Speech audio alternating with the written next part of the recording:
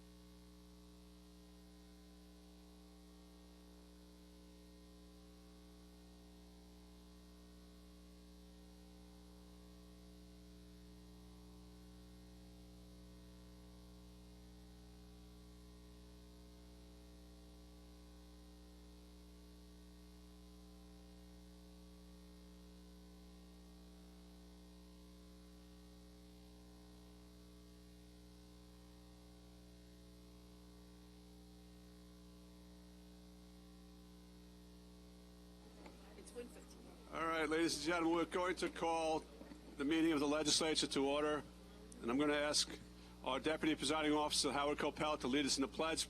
Please rise. Please place your hand over... Please stand. Everyone, please rise. We should have a gavel. I know. All right.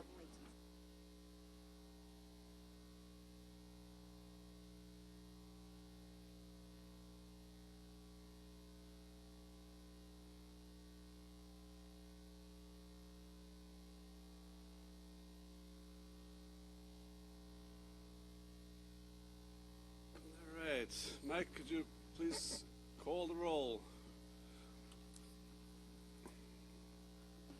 Thank you, Presiding Officer. Deputy Presiding Officer Howard Coppell. Alternate Deputy Presiding Officer Denise Ford. Legislator Sela Bino. Legislator Carrier Salage. Legislator Deborah Muley. Legislator C. William Gaylor III. Present. Thank you, sir. Legislator John Giuffre. Here. Legislator Mazi Philippe. Here. Legislator Delia DeRiggi Whitten. Legislator James Kennedy. Here. Legislator Thomas McKevitt. Here. Legislator Laura Schaefer. Here. Legislator John Ferretti. Here. Legislator Arnold Drucker. Thank you. Legislator Rosemarie Walker. Legislator Joshua Lafazan, not present. Legislator Stephen Rhodes. Minority Leader Kavan Abrahams. Thank you. Presiding Officer Richard Nicolello. We have a quorum, sir. Okay, thank you very much. All right, so welcome to our legislative meeting. We have several orders of business before we get into the public comment portion, but as we always do, we start things off with the top cops. We then have a presentation in recognition of Italian American Heritage Month, and then lastly, we're going to be recognizing a couple of baseball and softball teams that have achieved tremendous things, which we will be recognizing. But after that, there will be a public comment portion of our meeting. If you have not already done so and you intend to speak, please fill out a slip, give it to the clerk's office down here, and we'll put you in line to speak when the public comment portion starts. So let's get started with the top cops. I'd like to invite up Nassau County PBA First Vice President Kevin Mullock for the purposes of a presentation.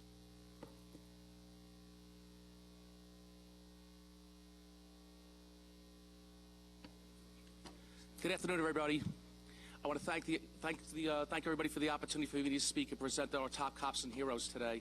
Did a very excellent job. So here are our top cops for October 2022.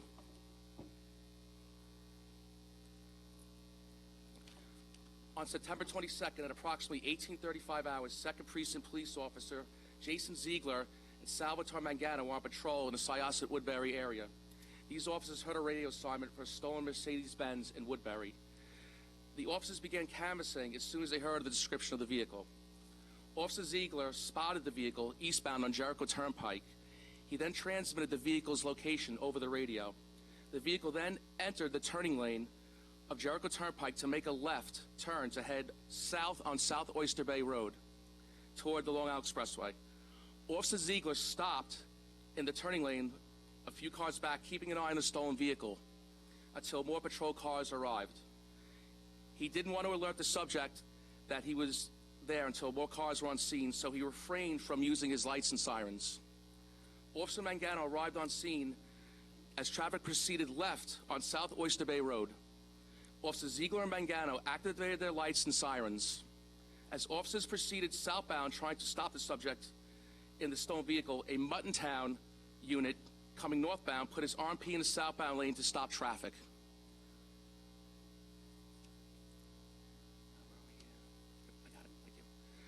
Officers used the stop traffic to box in the stolen vehicle. The officers tried to open the door, but it was locked. The officers gave the subject numerous verbal commands to exit the vehicle. The subject refused to open the door and continued to try to get away. The subject rammed another vehicle to get away. Ultimately, the subject could not get away and unlocked the door, at which time officers gained entry into the vehicle and placed the subject under arrest. The quick thinking and teamwork of these heroes led to the recovered stolen car and closed out multiple stolen car cases in Nassau and Suffolk County. This is why we're proud to announce them as the top legislative cops for October 2022.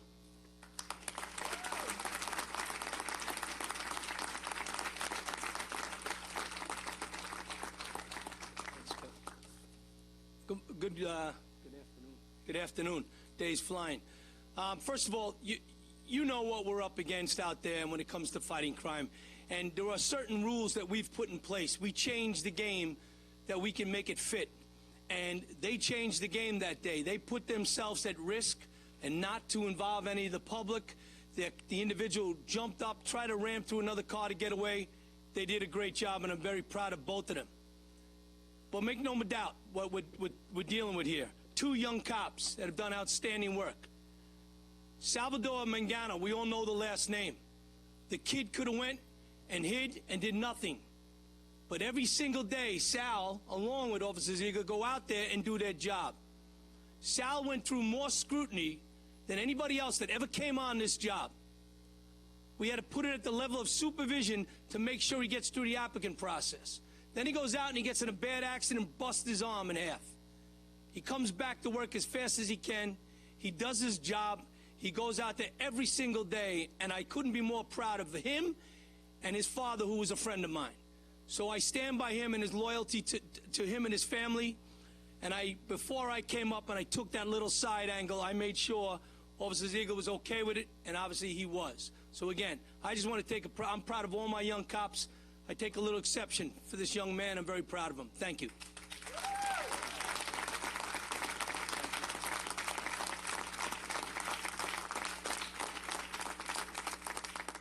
Hello, everybody. I just want to say, on behalf of me and my partner, Jason Ziegler, thank you to the county legislature for bestowing us with this honor. Thank you to our great police commissioner, and thank you to the entire PBA. Thank you very much.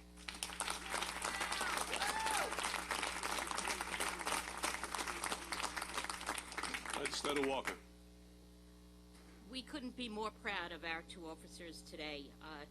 Jason and Sal, you put yourselves in harm's way to protect all of us. And as Commissioner Ryder has said many times, we don't chase after cars.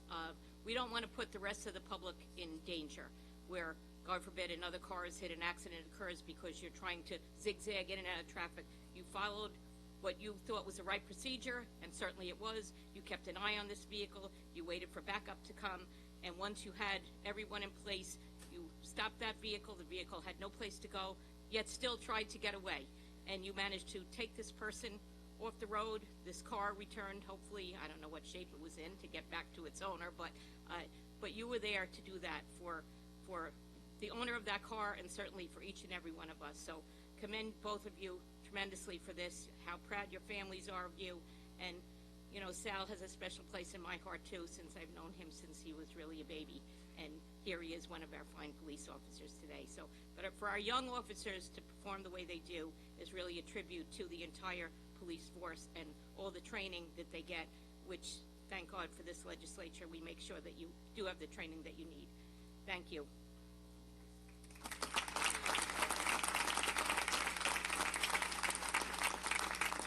Legislator Drucker. Thank you, Presiding Officer. Congratulations, Police Officers Ziegler and Mangano, for a job well done. This is just another shining example of how the residents of Nassau County are protected by the finest police department in this country. No one can contest that at all. But what particularly stands out to me is how your instincts and your training kicked in at a moment's notice. And I've been particularly proud and involved with the 2nd Precinct. It's where I live, and you've been protecting the people in my district for so many years. And the 2nd Precinct is hyper-vigilant now because we've all seen this uptick in car burglaries and car thefts with the catalytic converters. And the 2nd Precinct has been interacting. They've attended many, many town halls and meetings that we've arranged for them to advise the public on what's going on. And this is just another example of how you guys and gals are so in tune to what's going on, and you're focused on reducing this epidemic of crime in our county and then in that precinct. And I particularly am so proud of you, as we all are. So thank you so much for your service. Thank you so much for your bravery and what you accomplish day in and day out.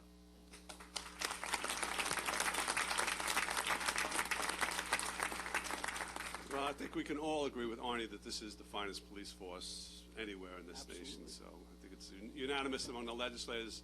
You know, we have noticed that over the last several years, our police force, our men and women on the streets have gotten remarkably younger because there's been hiring and because of turnover and things of that nature.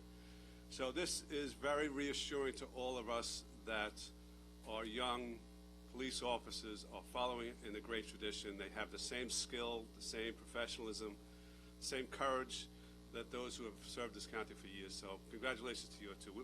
We are honored to honor you today. Thank you. So we're going to have you come up in a couple of minutes to present citations. We'll do the DAI in the meantime. So on behalf of the detectives, I'd like to invite up the president of the DAI, Jeff Gross.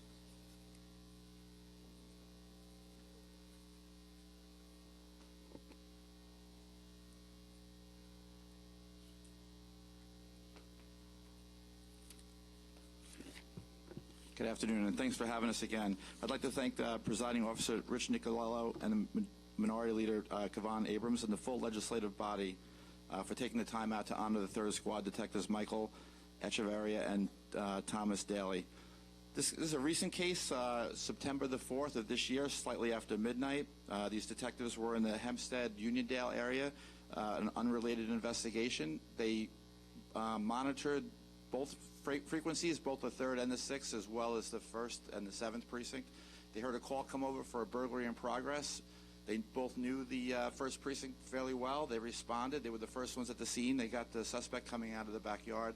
They attempted to stop him. It was turned to a violent struggle. They were actually able to subdue him and apprehend him. During the investigation, they found out that he had an open warrant in Poughkeepsie. He had a history of burglaries, forcible touching, and sexual crimes. He also had an open case for robbery in the 3rd degree from the 1st precinct. I'd like to commend these officers. It's not something that we normally expect them to monitor both radios and respond to a different precinct, but they took the opportunity, they used their knowledge, and they had a successful conclusion and protected the members of Nassau County. So we'd like to congratulate them.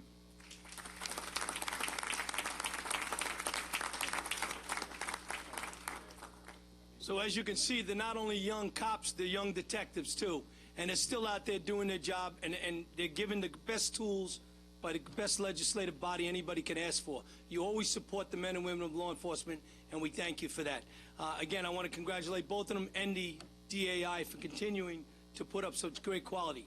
We still need more detectives if anybody wants a job. Thank you.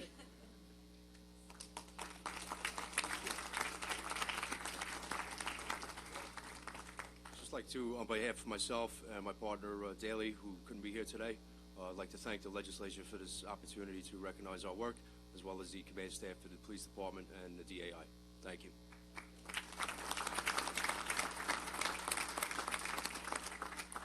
Minority Leader Abrahams.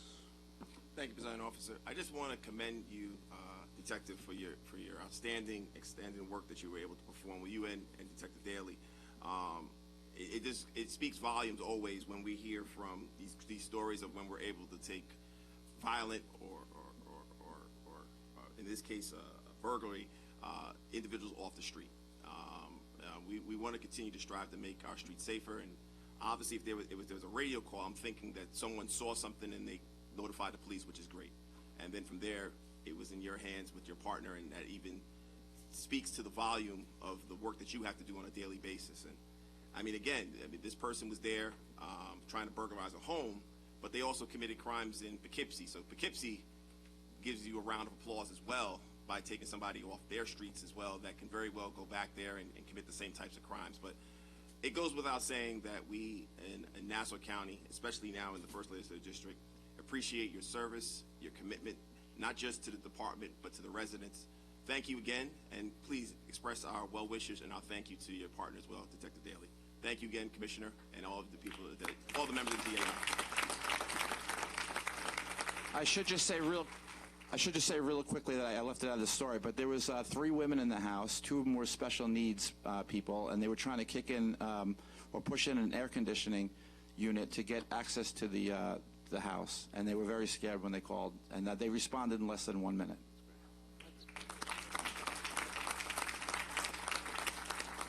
Okay, come on up for a presentation. Oh. Okay, sorry. This one? Come back? Come on. Disrupt the meeting by 15 minutes. Yeah, that's good. Yes, you did. Smart man. What? Steve got the answers.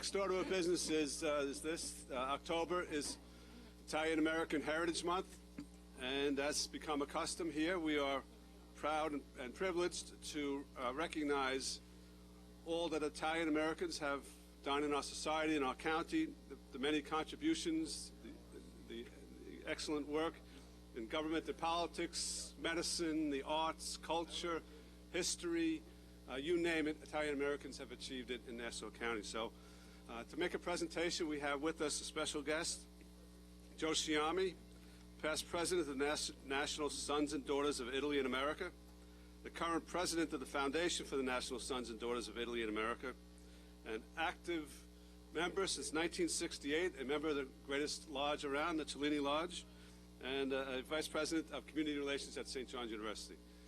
Mr. Sciammi.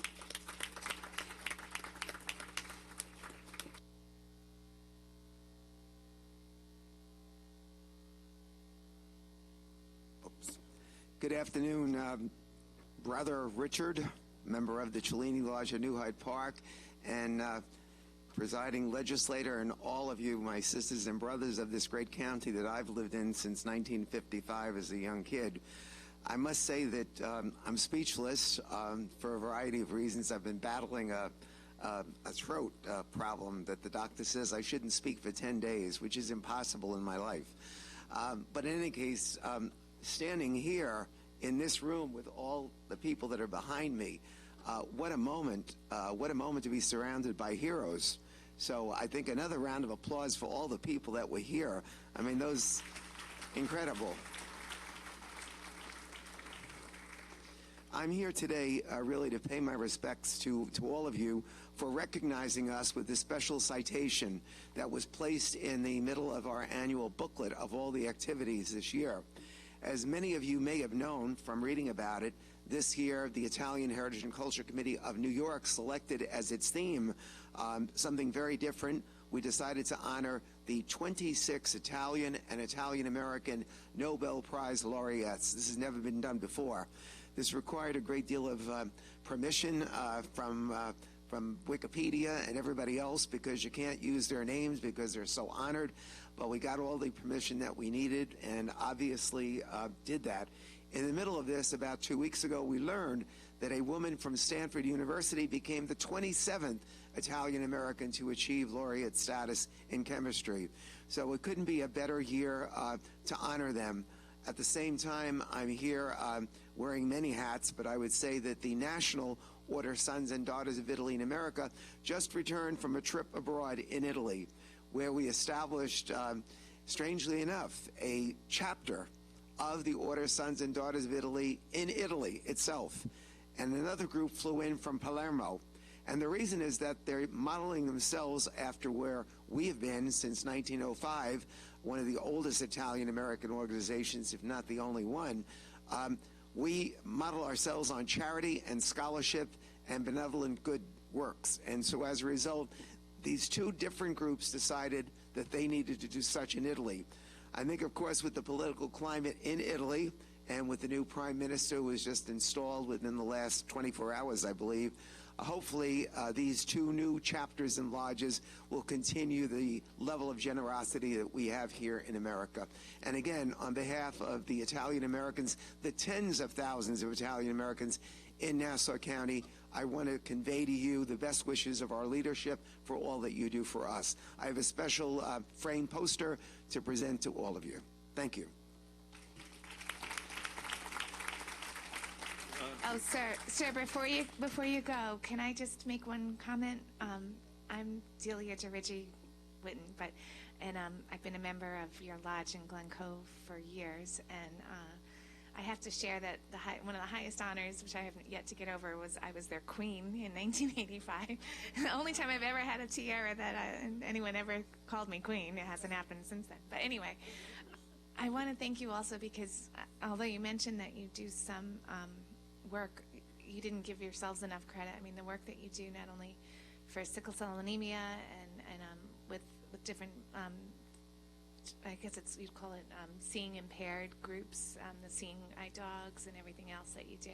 It's really, you do a tremendous effort, and it really pays off. And I've been honored to be part of it. I'm the third generation in Glen Cove, so, and I think I'm the only Italian woman up here still, right? We have some men, but I'm proud to represent you as an Italian American. Thank you.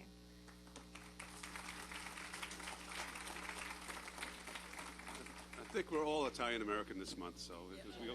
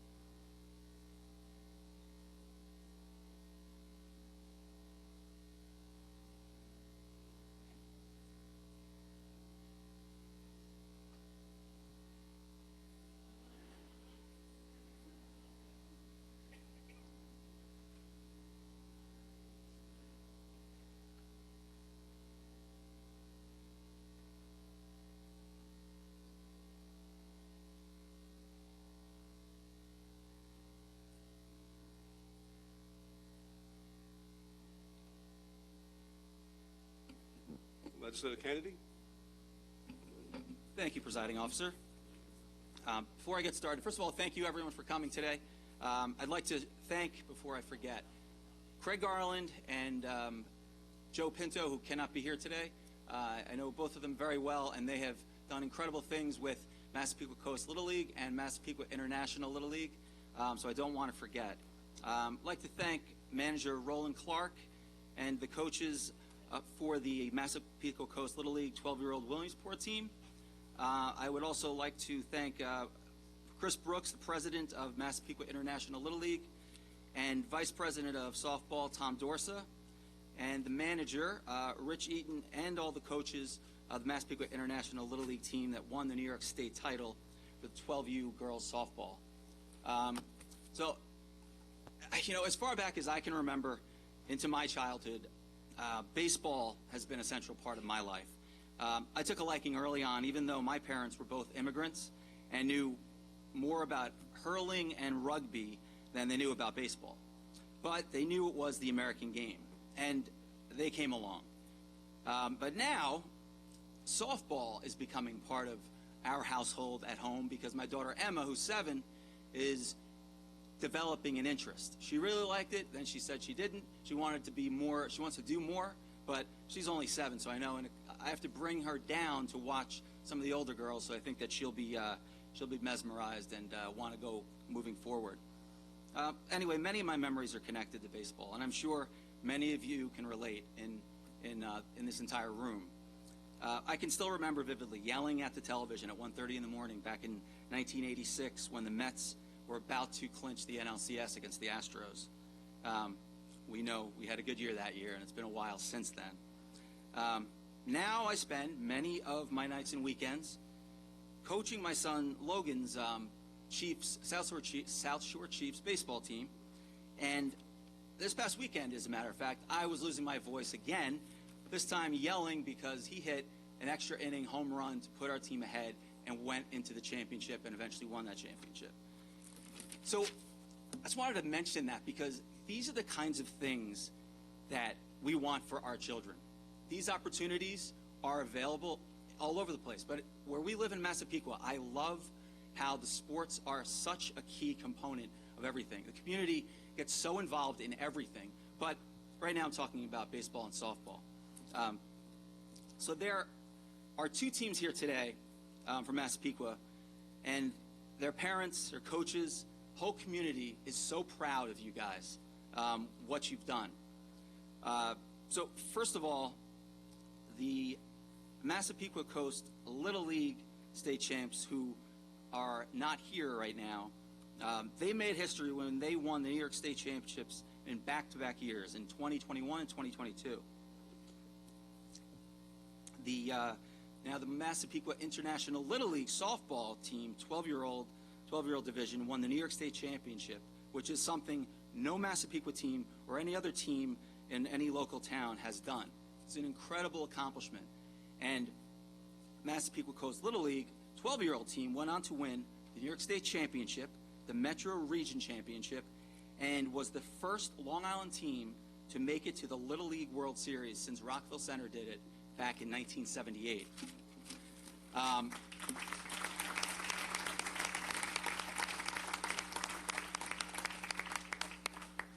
In our town, we saw signs popping up all over the place in support of our Massapequa teams.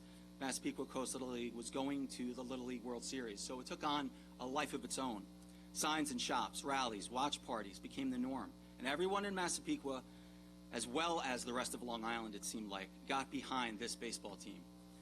And we were treated to a no-hitter by Joey Lionetti to get Coast into the Little League World Series, which was another incredible accomplishment. I will say, sports in general teach us about how to handle winning and about how to handle losing. And these teams showed themselves to be supportive teammates. They demonstrated good sportsmanship throughout their respective competitions as well. I think that it's an honor for me to be able to say to all of you out there that what you've done is an incredible accomplishment, but you guys are so young, and you're going to go on to do incredible things, reach new heights every year.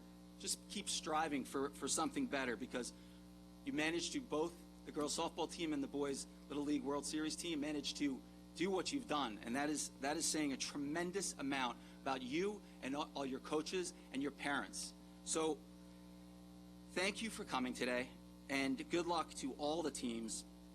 And I hope that in the future, life in sports is great. Thank you for coming.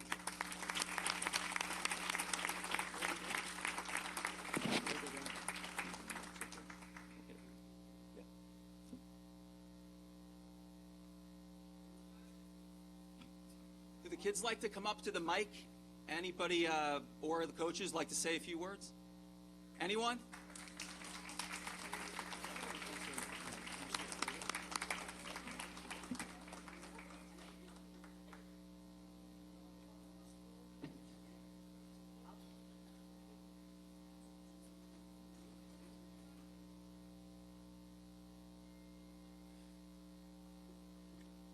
Hi, I'm the manager, Rich Eden.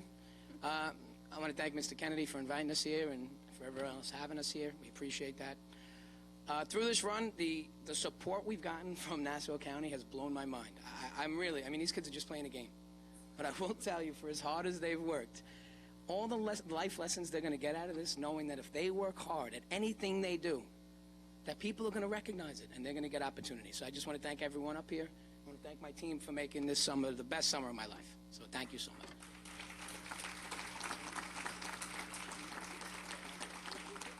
All right, thank you. Before you step away, I just want to congratulate you too. I represent not all of Massapequa like James does, but I represent up as far as North Massapequa. So I think some of the girls live in the North Massapequa area. But I could tell you that all of your teams, once you kept advancing, all of Nassau County, all of Long Island was cheering for each and every one of you. And I played softball when I was growing up. I was a catcher, so I don't know who your catcher is out there, but you know, but you not only learn about your sport, but you learn about teamwork and getting together. And no one has to be the star. Today it might be your catcher or your pitcher, but it could be anyone on the team who really made everything gel that day. So congratulate each and every one of you.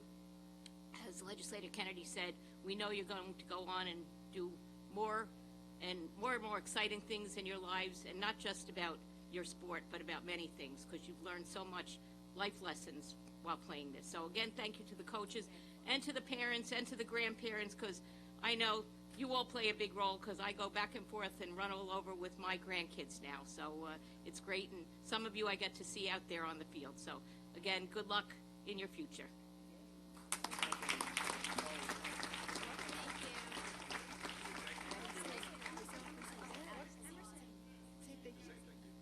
Thank you.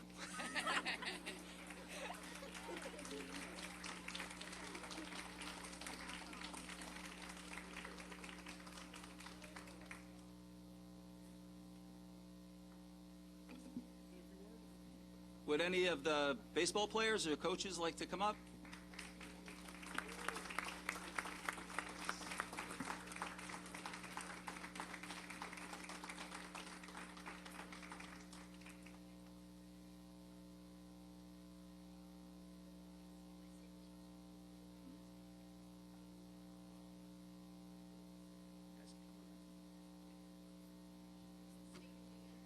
Sure. Good afternoon. I'm the manager, Roland Clark. It's a pleasure to be here. Thank you to Legislator Kennedy for inviting us and the rest of the chamber for having us. Boys couldn't be more proud of their accomplishments this summer.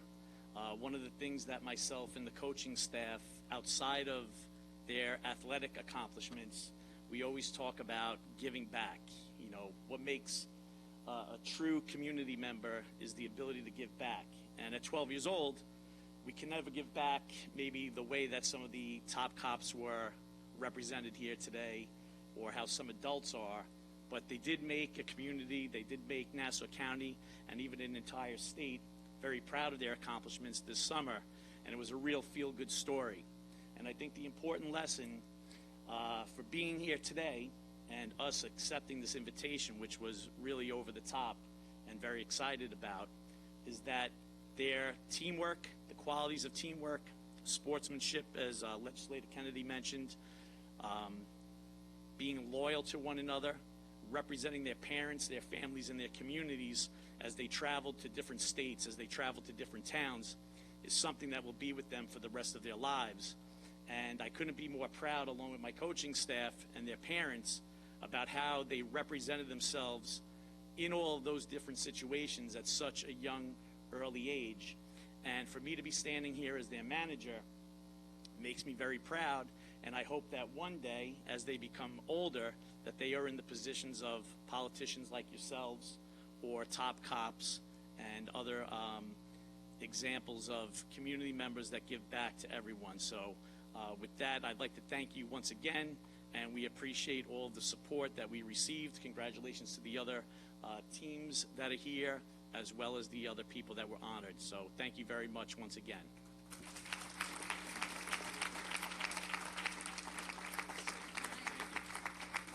Thank you.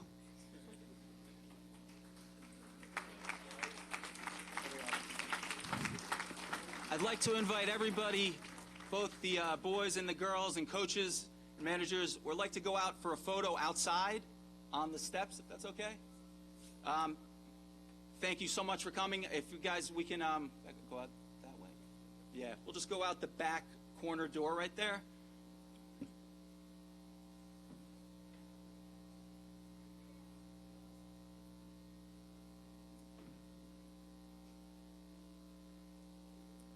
All right, we have, now it's the portion of our meeting for the public comment. The first speaker is Scott Diamond. I don't know if you want to speak now or wait until the item's called. It's up to you. You can speak now if you want. Well, we're going to call the, we're going to go through the whole public comment portion of the meeting, and then the item will be called in probably about a half an hour or so. Okay. All right. So, well actually, no, that was my mistake. That was my mistake, Mr. Diamond. Mr. Diamond, this is actually your opportunity to speak. Yeah. this on the record, if possible. I am one, is this working? Yeah, okay. I am one of the 842 property owners who were affected by the recent egregious error within the Department of Assessment. I have several issues with the explanations that have been given in reference to this issue. I will also note that I personally have yet to receive any explanation other than a vague letter that accompanied my corrected bill as to what actually happened here. Most of what I've been able to glean was watching the budget hearings from 2 weeks ago. I want to know why my property was included in the 842. The TPP law states that changes to the base exemption should only be made in cases of demolition, destruction, or fire. This was also confirmed at the budget hearings. My house has incurred no physical changes since the 1990s. No demolition, no destruction, no fire. Yet, my base exemption was lowered for inexplicable reasons. I also want to know why the homeowners were not informed. In the letter that Assessor Cronin sent, he talked about being fair and transparent. This whole process was the opposite of transparent. The assessor tried to slip these changes into the tax bills without informing anyone. Okay, I understand that you're discussing correction of error petitions today, but there were no correction of error petitions submitted for the 842 changes that they made. Those changes were made back in June. They had plenty of time to submit these petitions, to inform the homeowners, to allow for some feedback as to whether they were actually able to make these adjustments. If my property was adjusted in error because there were no changes, then we have no clue that the 842 were actually done correctly. If that's the case, then that means the rolls are still wrong. The tax bills are still wrong. And my feeling is that we should reverse the 842, set their base exemption back to what it was originally, and make the TPP that 40% that it was supposed to be originally. I guess I'm out of time, but this whole thing was handled very, very poorly.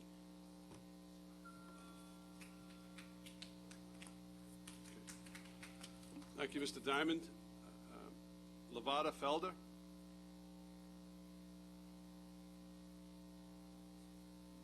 Hi, friends, legislators, and community. I'm Levada Felder. We were here a couple of months ago, June 27th, to seek assistance with a dilemma. The organization, yes. We were here a few months ago regarding Eager to Serve, the organization of which I am the founder, and now transitioning to a new role as board member, volunteer, and professional fundraiser. My initial concern was regarding the inconsistencies with the payment procedures in the Housing Department of Nassau County DSS, the Homeless Services Department. We have provided a copy of an 18-page report provided to the Commission of DSS in April 2020, and receipt of the document was acknowledged, and some of you had the privilege to receive. But an example of the details of the document would be as follows. We would bill, this is an example, DSS $20,000 in January. We would bill DSS again $20,000 in February. We would bill DSS again $20,000 in March. And then in April, we still had to bill DSS $20,000, but in April, we may get a check for $15,000. Out of the $15,000, $5,000 may be for some of the people in January. The other 5,000 may be for some of the people in February. The other 5,000 may be for some of the people in March, but not maybe the same people. And then the time consuming for reconciliation and the like causes a lot of hardship for the organization, which is described in the 18-page report, along with solutions. Instead of addressing the matter according to the social service law, we received a letter 2 years later regarding the termination of the operations of the shelter in April 2020, which I misinterpreted because of the date. Nevertheless, the action is unlawful, therefore is in litigation. See Eager to Serve versus Nassau County, ETAL number 605-664/2022, Supreme Court, Nassau County. This is being said because during our research, because the matter is still outstanding, we found that the person who's responsible for the shelter invoice practice is actually out of title.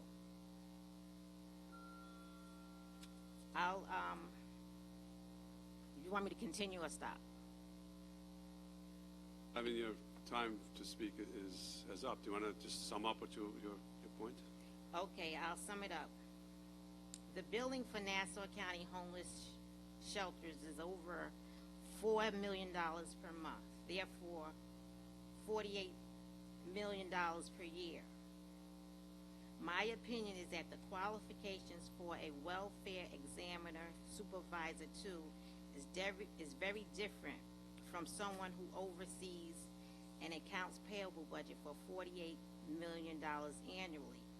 I think that a person with a financial business and or accounting background has the knowledge base to know that paying the actual amount of an invoice and or indicating a reference to when the balance or why the full amount is not being paid is justifiable and amicable contractor relationship. This professional will also know that a systematic cash flow is necessary for proper business management, for not-for-profit management also. He or she may not get upset and start arguing when questioned by yours truly about why invoices are being paid as such. Okay, thank you, Ms. Felder. Thank you. I know we have your written comments as well. They'll be submitted as part of the record. Thank you. Okay, thank you. Richard Clolery.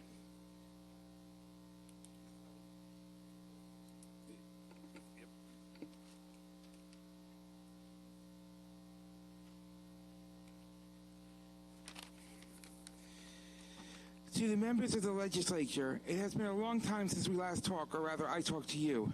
But as I'm sure you're aware, we are facing a serious crisis involving gas prices. Now I'm sure you're aware, Long Island is built on, ironically, two things: people who are with their cars and low gas prices. But what happens when gas prices are so high that people can't afford to do the simplest things because gas prices are so high that people can't afford to drive their vehicles anywhere and do their jobs, go shopping, etc. That is right. They have to move back to the cities where there is good public transportation options, which would mean that Nassau County and Long Island is essentially dead because no one is around to do anything. Now, this could be a form of disaster or an opportunity to do something about it, like increasing funding for the buses so that NICE can restore bus services in Nassau County, so I wouldn't be as dependent on Uber to get me to certain places, like building EV charging stations so that people with electric vehicles can charge them while they go shopping and get their hair done, etc. Now, I know that you, the legislature, have heard this before, but I can't tell you how important this matter is for everyone here on Long Island, even those who drive, because without your people that you claim to support, Nassau County will cease to exist. Have a good day. All right, thank you, Richard. Barbara Epstein.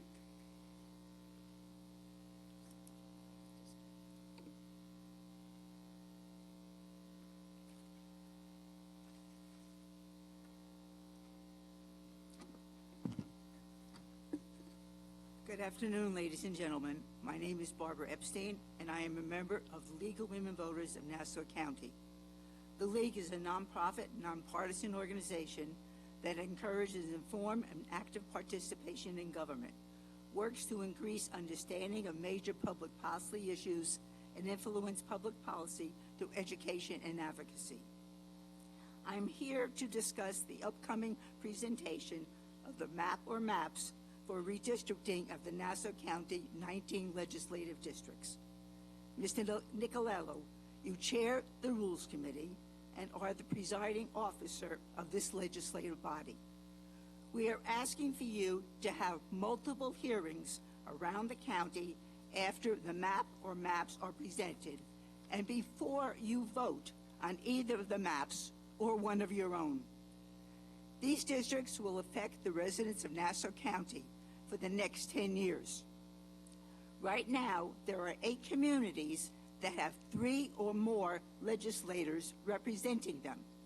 This needs to change. Please be transparent and do what the Suffolk County Legislature did, and will come together in a bipartisan manner and put transparency and bipartisanship above pure politics. They created 4 minority-majority districts. I believe you can do better. We'll hope that you will keep this in mind when deciding on a map. Thank you. Thank you, Ms. Epstein. Kevin McKenna.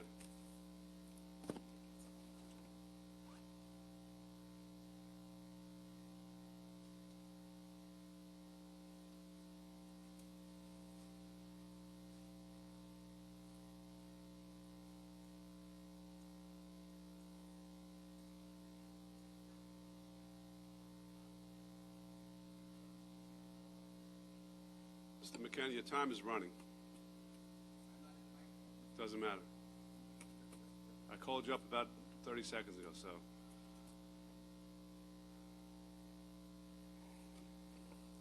Kevin McKenna, Syosset, New York. It's amazing that you'll spend 1 hour giving out very well-deserved rewards, but you'll only give residents 3 minutes to speak, and you try to cut people short.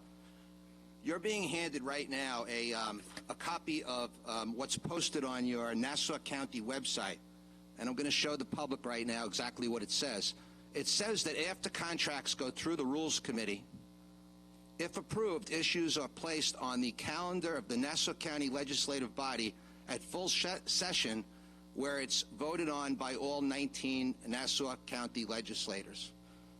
I'd like to know why our county executive, Bruce Blakeman, is violating Nassau County rules and signing contracts that are not approved by all 19 Nassau County legislators. I'd like to know the answer to that question, Mr. Nicolello. You were just given a copy of what's posted on your website. You're supposed to represent the taxpayers in Nassau County. You're supposed to look out for them. Why are you violating exactly what it says on the Nassau County website? It's a fair question, and I think all the taxpayers deserve an answer. And I'd also like to know, Mr. Kavan Abrahams, Minority Leader, I'd like to know why you're allowing the legislative majority to violate Nassau County's rules. It says it right on the website. You gave out a contract to the Dover Group a few months ago. It did not go before all 19 Nassau County legislators. Why not? It says it right on your website. Would anybody like to respond?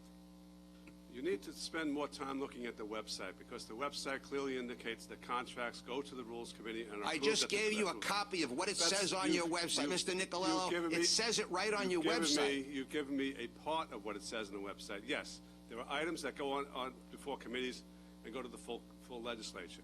But with respect to contracts, they go to the Rules Committee. The Rules Committee approves them, and they're approved. They don't go to the full legislature. I've told you this. It says right on your website that after it goes through the Rules Committee, it's supposed to be voted on by all 19. It says it right on your website. Let me move on. I've told you multiple times. Let me move on. You're not going to understand it. Unfortunately, you have a lot of lawsuits that you're settling today in your calendar, and unfortunately, you're going to burden the taxpayers with another one soon. I want to put you on notice that your Nassau County Commissioner of Health, Mrs. Gelman, received an email almost 2 weeks ago regarding a serious health-related matter in Nassau County, and I'm going to provide you with a copy of that letter. I've actually emailed it all to you. And I want you all to know you're representatives of the public. Your Nassau County McKenna, your Health time is Commissioner up. is ignoring and not responding to a letter that's a serious matter. I called her office today. I spoke to Mary Ann, her assistant, today, and I simply wanted to know, is Ms. Gelman going to respond to the letter? And her assistant refuses to answer the question. All right, Mr. McKenna, your And time is up. you have a copy of that letter. You have a fiduciary responsibility to protect the taxpayers and residents of Nassau County.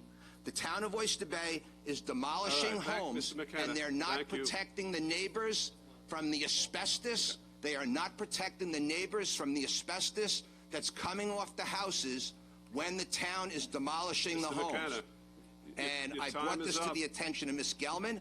I will resend you all a copy.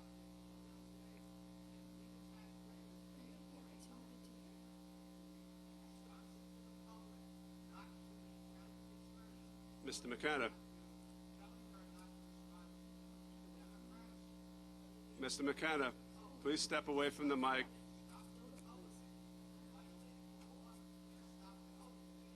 You're not being recorded. Did you win it? Okay.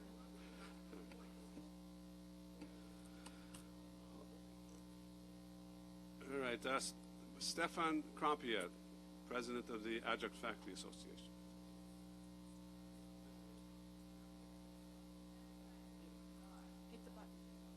Oh. Hi.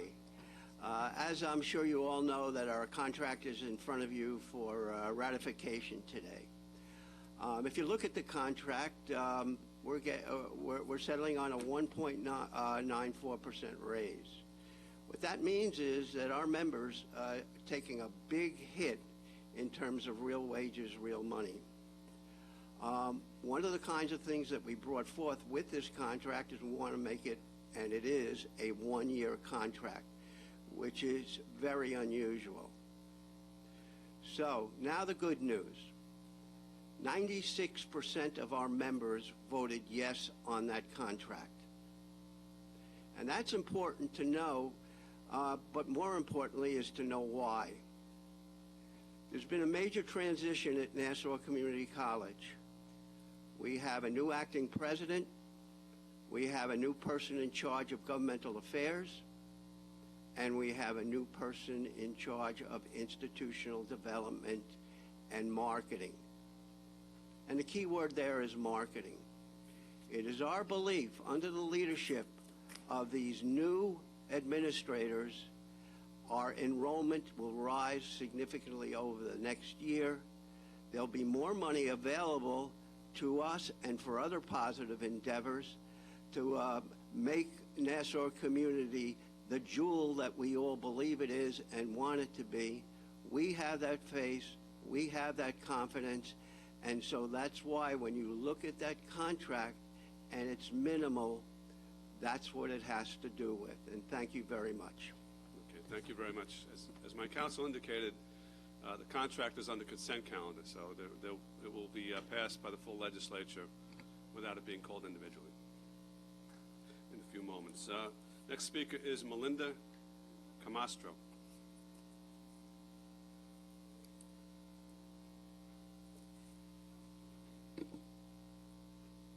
Good afternoon. I'm a resident of East Meadow for 28 years. I really don't know where to begin. I'd like to thank our police officers for the fine job that they do under the horrendous circumstances that they're given. There's so many things that I want to address in 3 minutes. I don't know where to start, but my main problem, and I feel bad after going up after this fine young lady who's advocating for the homeless, but in Eisenhower Park, a park which I travel through regularly, we have a horrendous problem with the homeless situation there. You guys have a festival of lights coming in a couple of weeks where families are going to be visiting, and the bathrooms are owned by them. They sleep in there, they urinate in them, they live in the parks. I guess everybody needs somewhere to live, but the two just don't really go. Recently, I had the opportunity of one homeless person, and I know he's homeless because I see him all the time with his bottles. You know, I stop at the light, and he's got his penis in his hand, urinating on the wall. I'm scarred. I can't unsee it, but why should I have to? My family has grown. I'm the wife of a first responder of 9/11, who thankfully is still healthy. I'm the mother of a Suffolk County police officer. My heart is in my chest every single day. It makes me sick that we have to live, all of us, the way we do. Our children aren't safe. They were muzzled for 2 years, and now as a state, we're going to potentially be forcing vaccinations on them, which parents don't want. So you guys are going to have a mad exodus of homeschoolers or people that are just leaving the state, because we're not going to put up with what has happened going forward. So if Kathy Hochul is elected, we're going to have a big problem, because you as a county are going to suffer the consequences even more than we already are of a Democrat leadership. So the laws need to be changed at the top. I know we only can do so much. I still believe in my local government, as much as they haven't been by our side much of the time. Kids need a safe environment. You know, the drug situation has touched most of us. I don't think there's anyone that can honestly say that fentanyl hasn't touched their life in one way, shape, or another. I lost my niece to it at the age of 32 in Rhode Island, another really liberal state, which just wants to give drug use freedom. The deli on my corner, which my son used to work at, now when you go in there, there's rolling paper, there are bongs. I refuse to send my grandson into my corner deli. Meadow Dairy in East Meadow, which used to be a family deli. Now it's just a drug spot for everybody else. Across the street, they shut down the shop last week because the guy, he was selling Special K, the same store that potentially was selling it to this guy that smashed 25 car windshields on my corner in East Meadow only 2 months ago, to walk free the next day with an ankle bracelet. And he walks my neighborhood with an ankle bracelet. He sits on my corner. I'm afraid. The taxes are through the roof. I'm here because my core is here. I moved here from the city to raise my family. My family is here. We can't afford the taxes in this county, but I don't want to leave my children. I don't want to see my grandchildren not grow up. But the taxes, the crime, the homelessness, just everything is out of control. And it's really making it an unhappy place to be. So how is that fair? How is that fair? My husband's 61. He still has to go to work every day after putting in his term at the police department, seeing all that so that we could eat, because our taxes are out of control. And that's my biggest chunk, is my taxes. I don't even have kids in the school that are now bringing in transgender librarians. Okay, I mean, everything's out of control. My 3 minutes is up. Thank you. Stay safe, everybody, and please, think of our children, our future. They're Next 2 years speaker. behind in their education. Please, think about that when it's time to Next speaker is Pamela Hughes.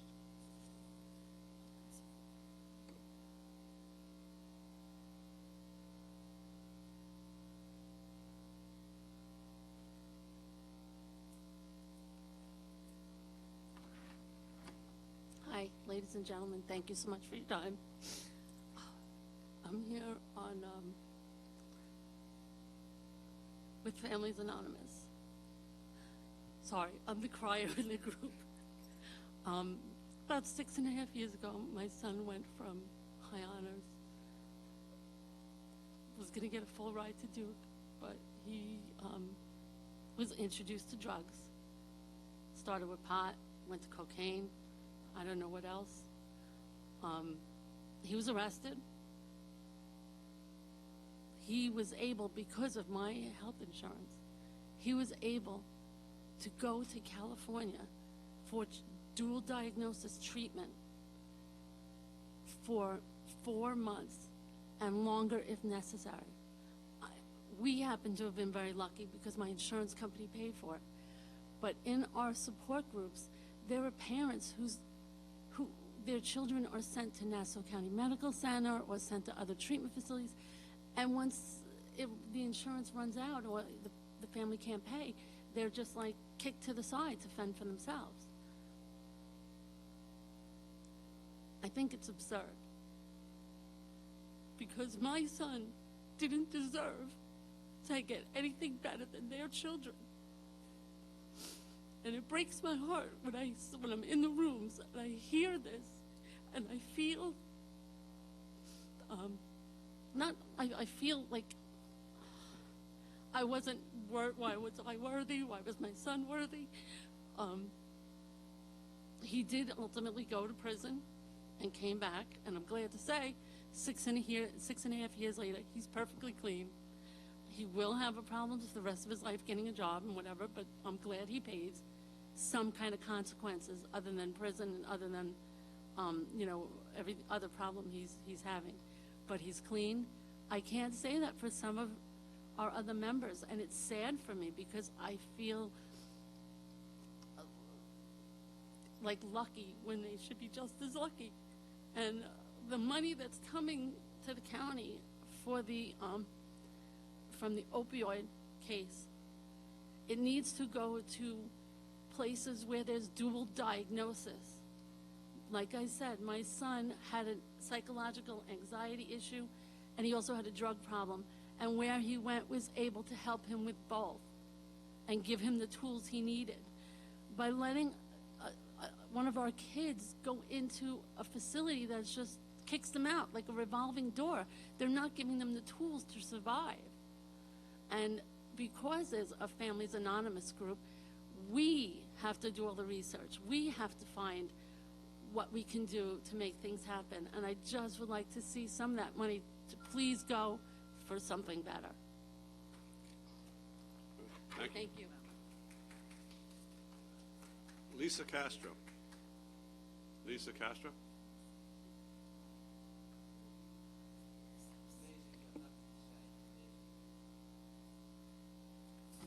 Yes, I was supporting my Families Anonymous member, and we are guests. I'd like to thank you for hearing us. We're actually guests of Miss Whitten, who invited us to speak on the behalf of Families Anonymous. We are a group. We're a support group that's in the forefront of this drug addiction epidemic. We are the parents of our children who we see suffering the effects of opioid addiction, heroin addiction, you name it. It could be alcoholism, could be anything. And it affects everybody. There is no race, creed, religion, sex, or economic background that substance abuse does not hit. And it affects all of us. So we've been asked to come and talk about the types of programs that would be beneficial for the money from the settlement to go towards. So we've had a lot of ideas. We met with Ms. Whitman, and we talked about the insurance industry. We talked about rehab programs. We talked about having reserve funds available for families. We talked about having medical hospital care. We talked about job training. We talked about crisis management, and we talked about education for public and private schools in our area. We're just hoping that we can be advocates for change, and this is the first time that our group has ever spoken in public like this. We're a private anonymous group. We meet every Wednesday, come rain, sleet, or shine, and we help each other through the trauma of dealing with our drug-addicted loved ones. We're hoping that we can have some better accountability for the money that's going to be spent on this issue, on health care, and for the many recovery areas that are open to us. We need more avenues. We need help from our government for resources, and we thank you for hearing us, and we're hoping that the money will be put towards good use for addicted people. Thank you. Thank you, Ms. Castro. Yep. I just want to thank you, ladies, for being here today. I do know some of the members in your group. The opioid problem and the addiction problem we have in this county and throughout Long Island, really throughout our country, is absolutely awful. I've been to too many wakes, funerals for young people from my community and from outside of my community, and I knew these kids. I knew these kids as good students, great sports advocates, drama, music, again, wonderful families. And we truly do have to do everything we can to fight this, and it's going to take all of us to fight it together. So I just want to thank each and every one of you for being here today, and you spoke beautifully. I know you said you've never done this before, but you spoke beautifully, so thank you very much. Just want to let you know that on today's calendar, the first item is a supplemental appropriation of $15 million from the Opioid Litigation Settlement Fund, which will go, again, to treatment, prevention, etc., of substance abuse. This is the first of a number of different items in which that money is going to be spent for those purposes. And just so it's clear that the legislature actually created that fund when the monies were coming in from the settlements. We created the fund because we didn't want the settlement monies to go into the general fund and just be spent for general purposes. So it was created so that those monies would be directed to attacking the substance abuse problem, and now that we'll be starting with this item. Legislator DeRiggi Whitten.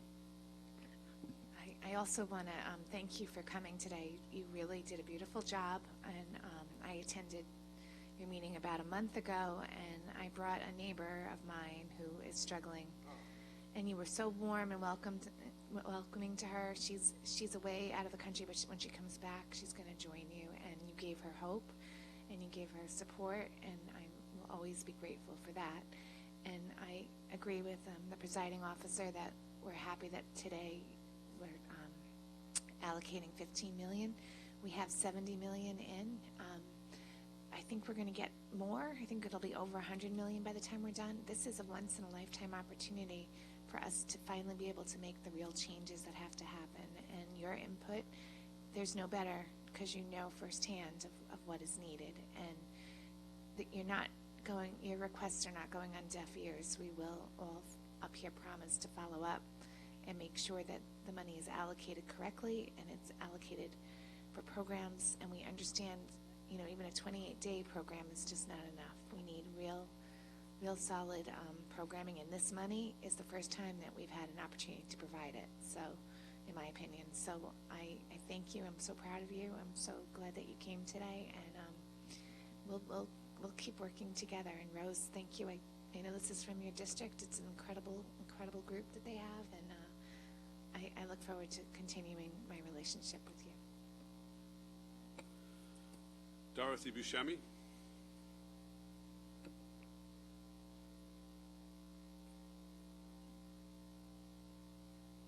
Good afternoon. I'm also here with the ladies that spoke prior. We never have come to the public before, but this insidious disease, the scourge that has created mayhem in our county and across our country, has pulled us out of the shadows.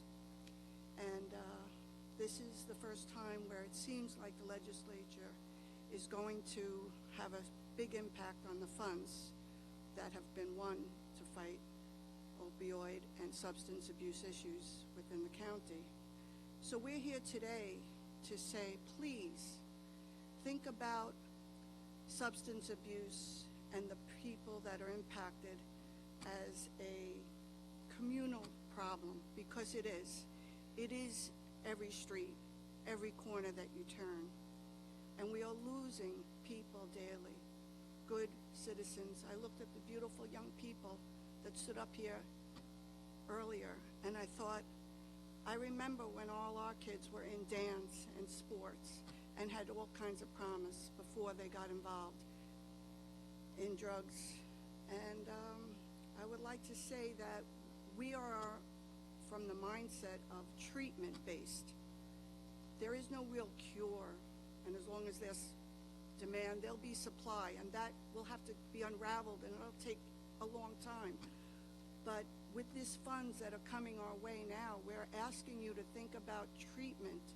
Treatment is the only way to first handle the people who are so impacted right now. Putting up billboards for, the new buzzword, harm reduction. We don't see that as an avenue that's going to help us get through this. harm reduction is giving them almost an avenue to continue amongst the way they're living. We need treatment facilities to help them overcome their addictions, get through detoxing, and hopefully sober living homes that are county funded. This is a great deal of money, and we hear that there's going to be more, and we're asking you to seriously look at it from a treatment vantage point. And if you need help, we're here to help, let you know where treatment is needed. Mostly it's fighting, big insurance who says 28 days is enough. I can tell you 28 days will never get you straight, clean, and sober. So thank you again for listening, and I hope we're invited back again, and have a great day. Okay, thank you. Leslie Culp.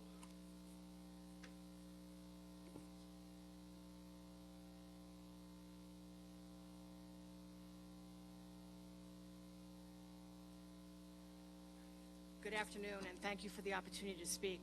I am also with the Families Anonymous group. I have a 26-year-old son. I've been on a 6-year journey with him for heroin addiction. I'm happy to report he is clean and sober 2 to 3 years now. But I will tell you that he had to go to rehab more than once, and 28 days does not cut it. He had the opportunity to go into a program where he spent 14 months in a therapeutic community with the adequate counseling and care to get him on the road to recovery. Okay, so it is definitely overwhelming. We question ourselves, did we do something wrong with our children? No, we didn't do anything wrong with our children. There's too many people out there that want bad things for our children because they can make money off of it, and that has to stop. What we've done here is, you've all probably received a letter that was drafted by us and sent to all the legislators, and I just want to hit some punchlines on this. We definitely have ideas where the funds should be used. The funds have to be used to provide more drug rehab facilities with longer terms of stay. 28 days is definitely not cutting it. They're barely detoxed at 28 days. Their brain is still not functioning properly. We also need funds to provide dual diagnosis, because what you see in most of these kids, they have a depression issue or a self-esteem issue that causes them to go and self-medicate themselves with these drugs, whether it be Xanax, heroin, cocaine. It's terrible. We also need more state-certified sober homes that, as these young adults progress through, they can go somewhere and hopefully not be put back in their home where they go back and see the same people, because that doesn't help. There also should be more funding for minimum specialized hospital care with resources and options. One of the big things that helped my son was he received the Vivitrol shot. After he was clean for a couple of years, he had a slight slip, and he came, and I said, let's go to the doctor and get the Vivitrol shot. The shot is something that is given once a month. It blocks the receptors in your brain that crave the heroin, because I don't know if you realize, but the first time you try heroin, it's great. Cocaine, it's great. After the first time, it's no longer a choice. You need it to survive. You need it to live. You need it to function. Okay?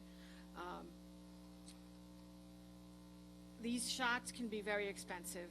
The Vivitrol has been approved since 2010, and it costs $1,500 a shot. There's another shot out now since 2017 that's Sublocade, and that's $1,800 per shot. Again, we were fortunate. Our health insurance covered this for him, and he was on it for almost 18 months. So the other thing is, I would think it would be much easier to give these people the shots, because otherwise just put them on methadone, and they can stay on methadone forever. And there's no, they sometimes have no desire to get off of it, because they're still getting high. They're nearly not in recovery when they're on methadone. Just ask you to please sum up, Ms. Culp.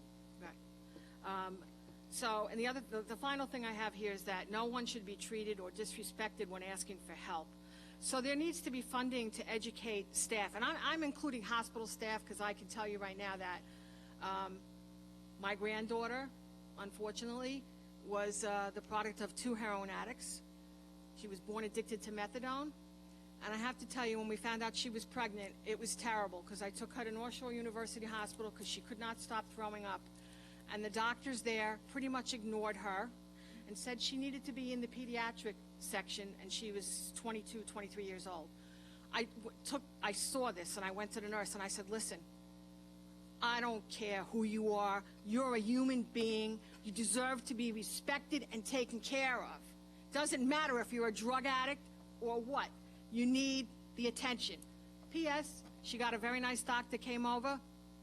An hour later, you're pregnant. That's what the problem is, okay?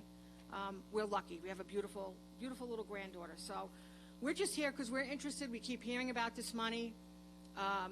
We're interested in what it's going to be used for, who's going to control it. I'm very happy to hear that it's not going into the general fund. That was one of the questions I asked Legislator Whitten when we met with her. But I'd like to see more information on who's going to control this money. We have an item that's coming up. I know, the $15 million. So, Yeah.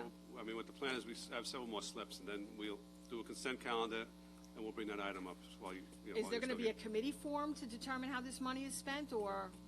I believe the county executive is, yeah.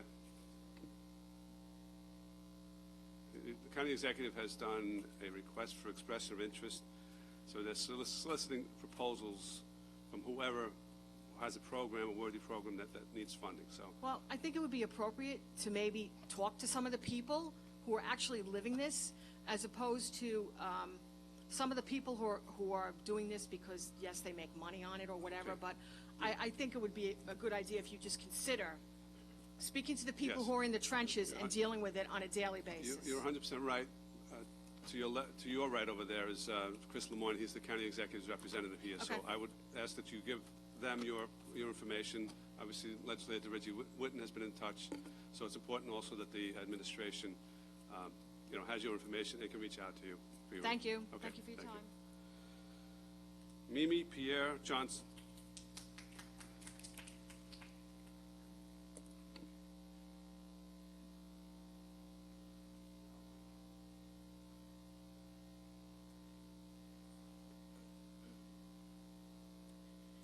Good afternoon, and thank you for letting me approach you today. I want to talk specifically about Elmont and Valley Stream when it comes to redistricting. And I'd like, if you can, give me an answer in reference to the next step with the commission. I don't want to talk about Democrats, Republican, but on the commission right now, the Republican seems to have something that's different than what we thought that was going to happen, and I'd just like some clarification. The reason that we're having all of these redistricting hearings is so that the public can tell the commission what we would like to see our districts, and then they would draw a map, and we would discuss it further, and then they would give you the map that we've all given our testimonies, and then you would vote on it. But it seems that it's just a meeting for us to speak, but not actual maps that will be drawn. So on the 26th, the commission will be in Elmont, and I don't think there will be a map, but I think there should be a map, because if you don't do it this way, by the time it comes to this body, we're starting all over again. And you've allocated funds for this bipartisan commission to work together to draw a map so that the public can see the map, discuss the map, and before you vote on it, so that you know exactly that the maps are fair and there is transparency, how the commission came to that. And that is not happening. So I want to ask you, what is the next step of the commission? Because we don't want to, again, in Elmont on the 26th, talk about how we don't want to be cracked, we don't want to be packed, right? We want to see a map. That would be the good thing, the fair thing to do on the 26th, to have at least a draft map so that we could look at it. So will that happen? And I still have 54 seconds. I cannot speak for the commission. It is an independent entity. I'm not aware of when Can you they're stop going to the clock, propose. because I'm not done? All right, then I'm not answering your question. You can continue with your time. Okay. So this brings You'll us have a little back bit more to time because I was speaking, so you get a little extra time. Thank you for reclaiming my time. I do realize that this is a waste of your time, our time as the public. You know why? It's just a checking off of the box that you have a so-called bipartisan commission, because it's not working together, right? And when we talk about that we want our districts to be fair, that simply means that we want someone that represents us in our district, right? So that our votes, our voice matter. In Elmont and Valley Stream in 2013, we were not given fair maps, right? And if you look at the maps, you'll see we have to go through Rosedale, the marshes, and then make a left to go back into Nassau County, Legislative 3. And you know what happened on the state and the congressional. So what we're simply asking is transparency as to what the next step is. And Mr. Nicolello, you just said that you do not speak for the commission. But if you watched, because I know you were not there in the meetings, if you watch what they say, they put it back on you. They don't talk about, and I'm referring to the Republican side, they don't say we have the right? They don't say we will draw the maps. They don't say anything that gives them any kind of power. They always put it back on you. The legislative body will vote. The legislative body will draw the maps. We're simply going to advise them. So that it is a waste of money that you've already allocated to them. And secondly, it's a waste of our time, because now we're going to have to start all over again with our testimony. And all we're asking for is fair maps. And it's not happening. Okay. Well, thank you for your comments. We appreciate it. This, you know, I have been on this quest of believing that our elected officials, regardless if you represent me or not, it's fair for us to participate in our civic duties. Since 2005, living in Nassau County, I still have that hope. When I became an American citizen, do you know who gave me the American flag and the Nassau County flag? Right here, he presented it to me. It was John Ciotti, a Republican. When I first spoke in front of this body, which 3 of them are no longer here with us, but we are still living in the decisions that they made, right? It was here that I spoke about being fair to my community. And this is how I have now legislator Szilagyi. Here it is 10 years later. My daughter has left kindergarten, has gotten married, and we are still fighting the same thing. So don't dismiss a constituent when they come here, because the decisions that you make, Rose Walker was there. I don't know if you remember me. I begged for a fair map. Ms. Johnson, it was 3 minutes. Listen, double that hold time. on. You gave a young lady extra time. You took away 54 seconds of mine, so please allow me to finish. I'm just asking you to please sum up. The rules apply to one, they apply to all, okay? And you don't do that for all. All right, then if you don't want to finish, then we're moving on. What I'm saying to you is, your constituents, whether you are directly my representative or not, you should listen to the people. Because when you don't listen to the people, sooner or later, it affects you. Thank you, Ms. Because Johnson. you know what? Ms. Johnson, when we fight for redistricting lines, we fight for the future of our children. And you're taking away the future of our children when you don't give us fair maps. Mita Meride. If I may, just, Presiding Officer, this is my constituent. My legislator would like to ask me a question. No, it's your time, Ms. Johnson. All due respect, you had more than enough time, and we're moving on to the next speaker.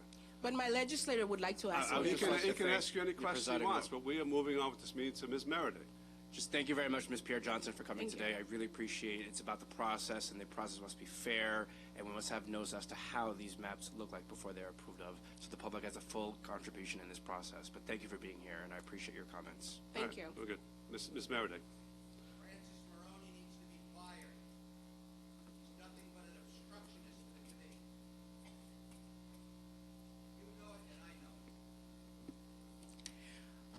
Okay, before my clock starts, I asked the question with regard to the information that was in Newsday about the change or the correction for the tax assessment rolls that was supposed to be addressed today. There's no documents to support that, again, for the public to have that information, so I don't know if that's going to be an emergency issue. It was in Newsday this week about an error that County Executive Blakeman acknowledged, and it was said that there was going to be something on the agenda for today. It will be on the agenda. It's both on we're going to have committee meetings and then the full legislature, yes. Okay. Well, would there be a copy available for the public, those of us that are here, that, like, those of us who come regularly to try to monitor what's going on? I'm not just showing up or coming out of the shadow because of millions of dollars that folks may think are going into their community, which probably will not. At least it won't go into my community because we haven't seen it yet. The redistricting process, we already know it's going to court, so I'm not even going to waste too much time for that. When you're in violation of both state and federal law, it becomes clear. The divisiveness on the committee is clear. It's evidenced, it's streamed, it's there. I'm here with regard to my issues with the budget, not to mention the lack of qualified funding for the temporary aid and needy families. New York State is among those, and the trickle down that comes into Nassau County, it's still not going with the temporary aid to needy families. The TAMF, it's on record, research, less than 30% in New York State goes to the actual families, the needy families who are aware of that. So we may look at what's happening in Mississippi and the tragedy with the water issue in Jackson, Mississippi, and how connected people like Brett Favre are able to get monies diverted for their personal interests. New York State is not that far away with regard to that lack and that disparity and that inequitable distribution. But to make the time for those who wanted to know about a facility, it's always interesting when folks want to come and say, we need more facilities, we need more this, we need more that, but then when it comes time for having it in their neighborhood, it's a NIMBY issue. We have a facility, county run, Nassau University Medical Center, plenty empty space, okay? That could be utilized for a variety of services. They had a methadone clinic there. They probably still do. I have a strong background from a family connection with regard to those who are in social work, those who were alcoholism treatment counselors, so I'm aware of that. We also have a veteran service. They're hardworking. Before somebody says I'm knocking what they're doing, they don't have enough resources, staff, or support to do all the work that they need to do for our returning veterans and their families who are struggling. When we run around in parades and say we've got close to 50,000 veterans, and if we count Suffolk County, we got close to 100,000 veterans, one of the largest veteran contingents in the Northeast. But we have a Veteran Services Agency that is still underserved and underfunded.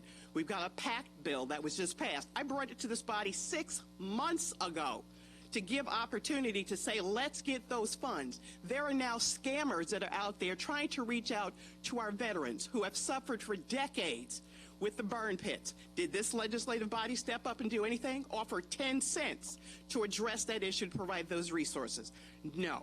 We have police officers who are still looking for their resources in a contract. I had to sit here for a couple of hours and wax poetically on this side with regard to bail reform, but I didn't hear anybody talking about the gun issue that's still rampant in this state, okay?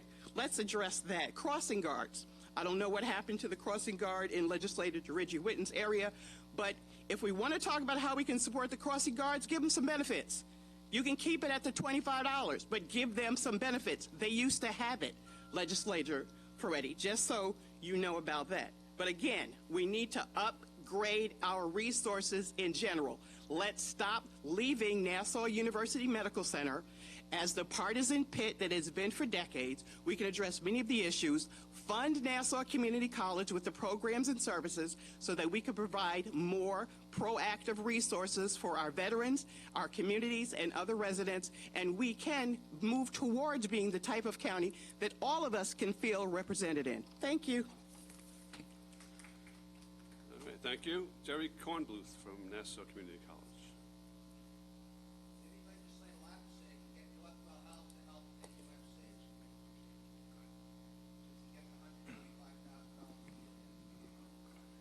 Good afternoon, everyone. I'm here today representing Nassau Community College and Interim President Maria Gonzatti, and thanking you for your support of the Adjunct Faculty Association contract. The adjuncts play an important role at Nassau Community College, and we value everything they do. And more importantly, we want to thank you for your support and commitment to Nassau Community College. We provide to the residents in Nassau County a strong educational experience, as well as giving students an education that is low cost, and we provide many opportunities so that they could get out there, graduate, get a job, and be part of the economic fabric of Nassau County. So again, we want to thank you for all your support. Thank you, Jerry. John Gross? Yes, sir. Just wanted to extend the appreciation of the Board of Trustees of the college, similar to what Jerry indicated, and to remind the legislature that this contract is fully funded with college funds. There's no funds that come out of the county. And as Mr. Crampier, the president of the association, indicated, it was a very fair one-year deal to get us through a difficult period. And we'll be negotiating very shortly for a subsequent contract. Thank you very much. Thank you, John. Presiding officer. Legislator Drucker. Thank you. John and Jerry and Steph, nice to see you here today. As you guys all know, I'm a fierce advocate and supporter, as all of us on this body are, for the college. And we stand firmly united when it comes to the education that Nassau Community College provides for our kids and our future leaders in this county. So thank you very much for being here today. All right, we are going to go a little bit out of order. We'll do the consent calendar so that the department heads who are here can go back to their respective agencies. Then we're going to take up the opioid settlement funds, and then after that we will go into committees to consider the correction of errors. So the consent calendar is comprised of items that went through committees earlier, a couple of weeks ago, and it's been agreed by the majority and minority that no further debate or discussion is needed as to these items at this time. Item 2, Ordinance 65, 3, Ordinance 66, 4, Ordinance 67, 5, Ordinance 68, 6, Ordinance 69, 7, Ordinance 70, 8, Resolution 193, 9, Resolution 194, 10, Resolution 195, 11, Resolution 196, 12, Resolution 197, 13, Resolution 198, 14, Resolution 199, 15, Resolution 200, 16, Resolution 201, 17, Resolution 202, 18, Resolution 203, 19, Resolution 204, 20, Resolution 205, 21, Resolution 206, and that's all we have for now. Any further debate or discussion on those items? We need a motion by Legislator Schaefer, seconded by Legislator DeRiggi Whitten. Any further debate or discussion? Hearing none, all in favor signify by saying aye. Aye. Those opposed? Carries unanimously.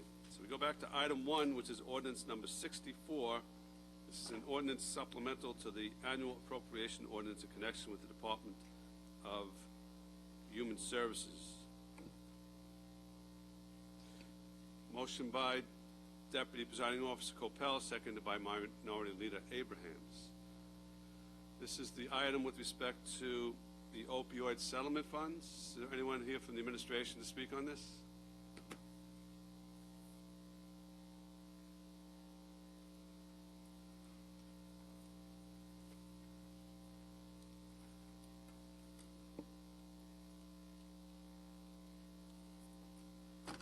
Good afternoon. I'm Jill Nevin, Commissioner of the Department of Human Services. Today we are asking for you to approve the appropriation of the opioid settlement funds. The breakdown of how we plan on using it over 4 years, it's $60 million over 4 years. It's going to be $2 million a year to NUMIC for the expansion of the detox program. There's going to be $12.5 million for a request for expressions of interest that covers the 4 areas legislated, is prevention, treatment, recovery, and supports. $60,000 per year for 5 community-based organizations that I want to note all have dual licensures. I know our group here today had a concern about covering the mental health aspect along with the substance use, and $180,000 per year for Mercy Hospital. We have any questions from the legislators? Okay, Legislator Muley. Thank you, Presiding Officer. Ms. Nevin, I have a couple of questions. I understand that an RFEI is going out, and that's based on what you receive, what responses you receive. That's how things will be determined as to who gets the money. Is that correct? Correct. It's similar as an RFP process. Okay, and can you tell us how that's being advertised, like so that it gets beyond our normal? Sure. It was announced on Friday, September 23rd. It was posted in the Newsday announcement section. It's on the Nassau County Bid Board. We reached out to our contacts and community providers to let them know an announcement's been made. We've also been in touch with the president of the Council of Superintendents so that all the school districts are made aware and they could collaborate with community providers or themselves respond to it. Okay, thank you. And then who will make the decisions about who gets the money? There's going to be a selection committee formed, just like a usual county RFP process. There'll be a selection committee. All right, and are there criteria already set for how those decisions are going to be made? Not just yet. We're in the process of working on that. Okay, and will clinical decisions be included in that process so that it's being made based on what are proven treatment programs? Yeah, we'll have individuals and most of the programs in there are evidence-based, so there is a science to it. It's not just going to be randomly decided. Okay, and then once the awards are made, I'm wondering what safeguards are being put into place to make sure that the money that's awarded actually goes toward an expansion of services, and that, because what I want to know is, let's just use Newmick for an example. They're getting $2 million to, as you said, to expand their treatment program. What safeguards is the county putting into place to make sure that Newmick doesn't just then take $2 million out of its current treatment program and put it elsewhere, for instance? Yeah, so I've assigned actually somebody from my office as the oversight person, specifically for these opioid funds. It's going to be the program liaison that's going to be treated just like our current program liaisons do for our current contracts, but he's going to be specifically tasked with overseeing any money spent on the opioid funds and to make sure that everybody's working within the committed boundaries. Okay, and so will there be regular reporting? Yeah. From the agencies? Yes. Okay. And are there rules set in place so that what I've just described to you cannot happen? Yeah, we will come up with within the contracts, things will be contracted out. We will have a specific set of rules on how reporting is going to take place, and that very specifically spell out how the monies are going to be used. Okay, so I'm requesting that you very specifically put into place in the contracts that they cannot take money that is currently in their program and transfer it elsewhere because they might have shortfalls in other places, and that this is additional money. Absolutely. Okay. Absolutely, I agree. Thank you. Legislator Ford. Good afternoon. Sorry, have you, so far with, since you've issued the RFEI, have you received numerous responses? Responses aren't due until November 21st, but we have received letters of intent. The letter of intent due date was October 10th. It's not a mandate, it's not required, but it's just a courtesy, and so far we have 18 letters of intent that have been submitted. Okay, and who would actually comprise the committee that would select the recipients and award the monetary amounts?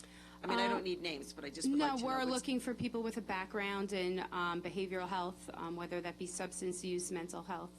Okay, all right, and do you, I guess, like, so that the agencies, if they didn't send in a letter of intent, they still have an opportunity, because you have up until November 21st, correct? Absolutely. The letter intent was not required. It was just asked as a courtesy. And I know that you've advertised it. Have you reached a lot of the population? Because I know that some people weren't aware of it, like some, you know. Yeah, well, like I said to Legislator Muley, we did our standard Newsday announcement. We have it on the bid board. We reached out to our contacts within mental health chemical dependency. We also collaborated with the president of the Council of Nassau County Superintendents to make sure that the school districts are informed that something's out there and encourage them to go look at it. All right, but I understand, though, because the school districts are not necessarily eligible for the funding. They would have to partner with. They could respond. You know, I don't know if they have the resources to respond, but they could. We encourage them that they could collaborate with a community provider, or they could very well respond on their own. All right, because I received something from Dr. Lenski that said that they would have to go with an agency, not... The RFEI speaks about, for the school aspect of it, speaks about collaborating with a community provider. The community provider have the resources built within to be able to, you know, implement such programs at the schools. All right, so I'm going to make sure that my school districts... Absolutely. Because I have the link. If I need to have it again, maybe you could send it to me. Absolutely, And I'll just reach out. Send it out. But thank you very much. No problem. Any other legislators? Okay, thank you, Jill. Thank Appreciate the presentation. Any further debate or discussion on this item? Hearing none, all in favor signify by saying aye. Aye. Those opposed, carries unanimously. So before we move on, we need a motion to suspend the rules, which we're going to require for the correction of errors petition. Moved by Legislator Rhodes, seconded by Legislator Ferretti. All in favor of suspending the rules signify by saying aye. Aye. Those opposed, carries unanimously. All right. I'm going to put the legislature in recess, and we're going to call first the rules, then the Finance Committee, and then we'll both meet at the same time to discuss the correction of errors.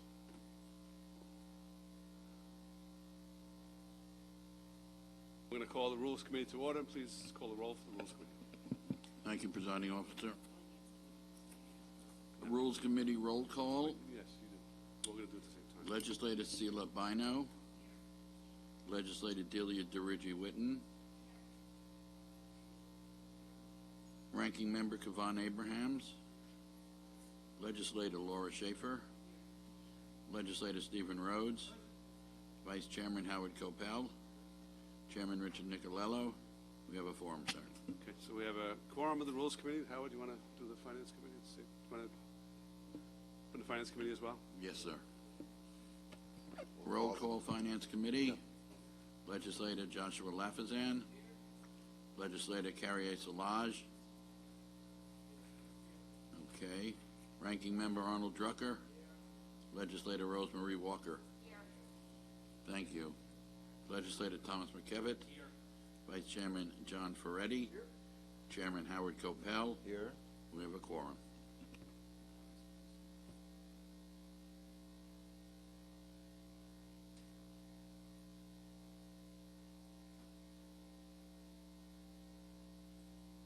Right, Legislator Deputy Presiding Officer Copel is going to be making a motion with respect to these items, and that's motion is being made in both the Rules and Finance Committees.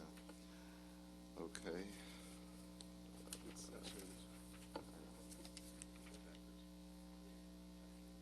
Oh, you have that. All right. We're going to call items, and these will be for both committees, both Rules and Finance, and those numbers would be 339 of 22, 340 of 22, 341 of 22, and let's see.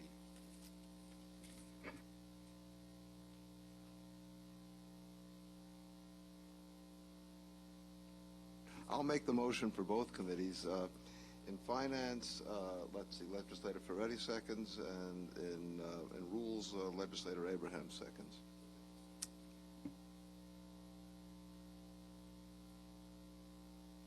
All right. Now, let's see, clerk items 339 through 341 of 22, which are resolutions authorizing the county assessor and or the county treasurer or the receivers of the taxes of the towns of Hempstead, North Hempstead, and Oyster Bay to partially exempt certain real properties situated in various school districts assessed to designated owners appearing on the assessment rolls for the specified school and county years. The items are before us. I think Mr. Cronin, I think you're going to come up and give a presentation.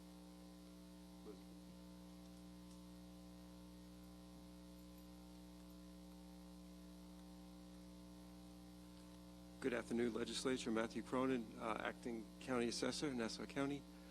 I'm here today to ask you to correct the 842 parcels that were here for the correction of error petition for the town of Hempstead, the town of North Hempstead, and the town of Oyster Bay. Do you want to just give us a little bit more description? Sure. We were made aware of a clerical error in our system in October. A column that was on an Excel spreadsheet was uploaded to the system as opposed to a different calculation, and we're here today to try to rectify that situation. Okay. So Mr. Diamond, who was here before and spoke before, said that his property has not had any demolition, destruction, or fire damage in the decades he's been here. So why would his property have shown up in this error? So we have quantitative adjustments on properties, and that would have accounted for a change in the Phase-In Exemption Act of 2020. But I think his question was, why would it have affected his property in particular? Was it just simply a matter of chance that the error affected his property or something else? That would be the facts of the fact. Well, a quantitative adjustment on the property would constitute a change in the Phase-In Exemption amount. If it's something that is an individual parcel, I'd be happy to speak to the constituent about that. Okay, but I mean, it's just in terms of our understanding, is it, when you say quantitative, blah, Yes. blah, blah, is it an error?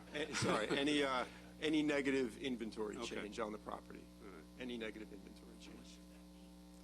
Yeah, I mean, is that, in our parlance, is that an error made by a random error that affected his property and 841 others? It's not an error, no. It's not an error. For a negative change on the parcel, no. But the 842 that were uploaded in the system had the wrong amount applied via the exemption.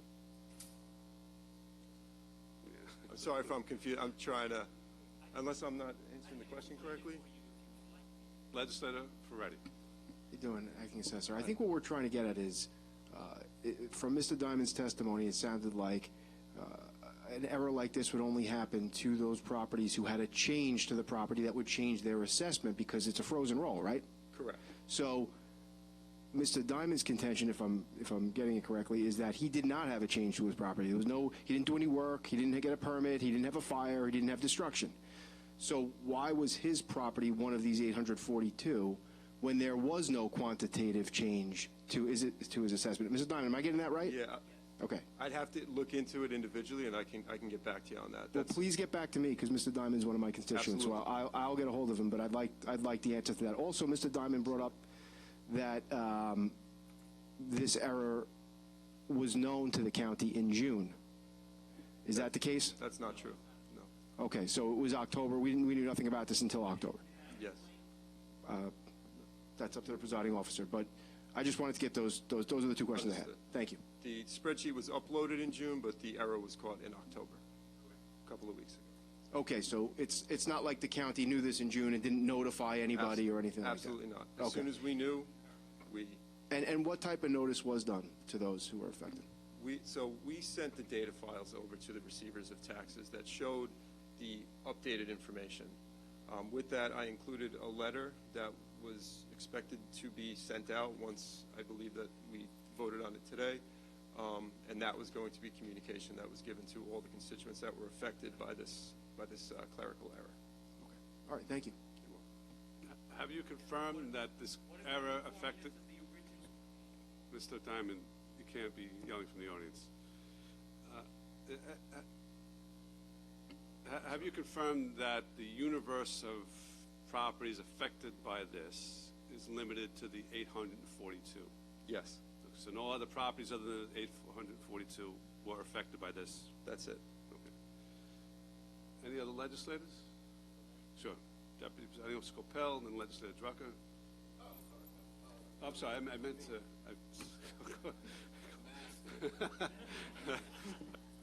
Dr. Howard.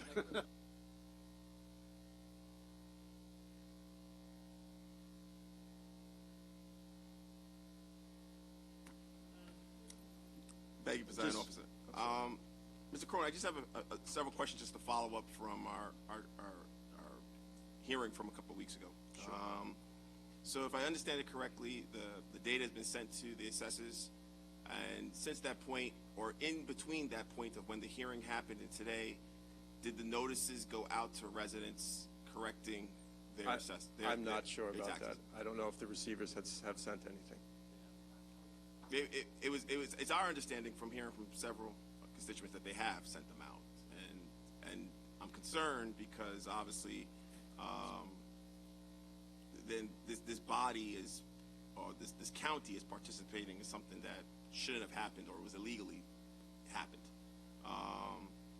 Can anyone in your office verify whether or not those notices were sent out? We can certainly look into it. I can't at this moment tell you one way or the other. But once again, once we did identify that the issue existed, we did act upon it proactively. As I said in my last statement, you and I had a lot of conversation.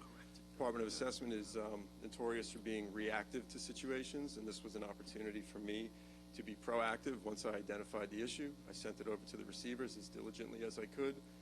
What they do with that information is not, not my call. I got it. So I'm not aware if there was anything sent. Can you verify with the receiver of taxes whether or not anyone has paid their taxes? I can ask, for sure. When can you get back to this body with that information? I mean, obviously, we're going to go forward today because it's important that we are able to establish the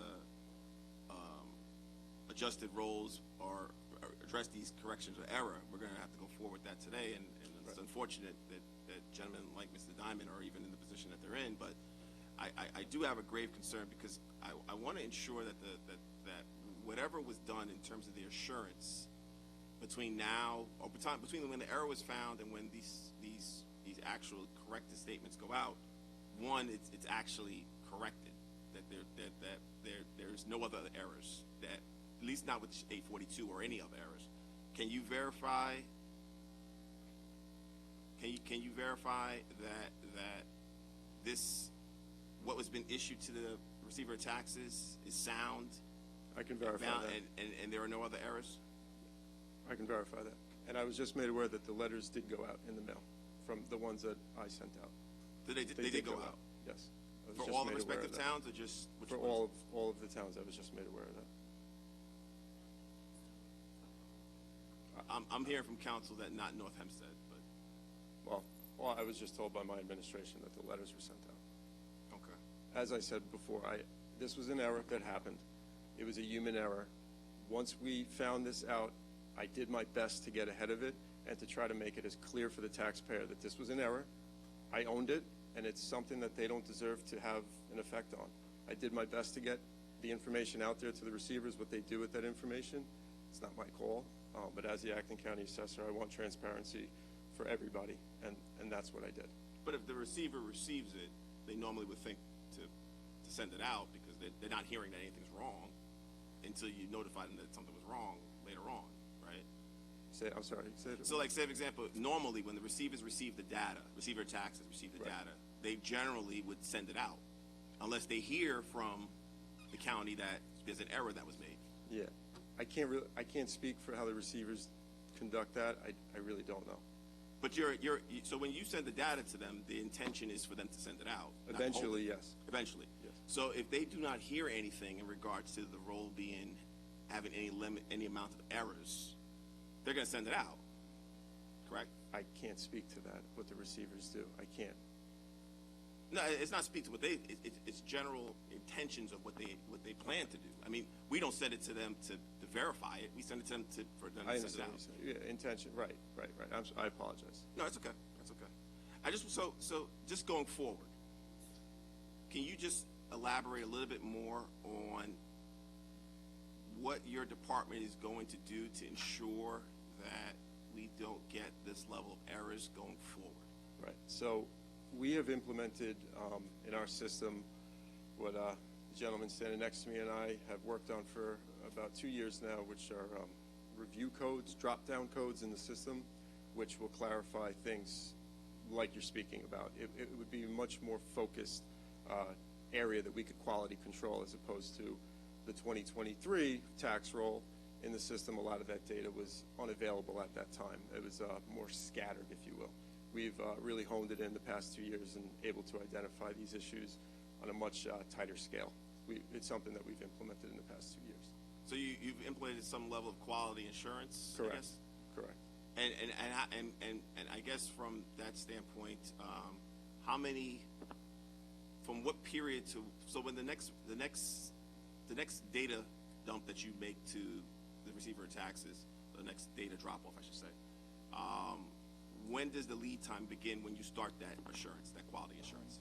Does that begin, because it sounded like you just found the error in October, right, after you just sent it. Is this something that you're going through and scrutinizing for a series of weeks, months? Well, it's something that we review on a weekly basis. We do. We do Is quality that going, controls. that's going forward now, or that's how you did it in the It's past? how we've been doing it since May, since I've gotten here. So I'm confused. How come the error was found in October? Because, as I said, it was uploaded in June and it all looked okay.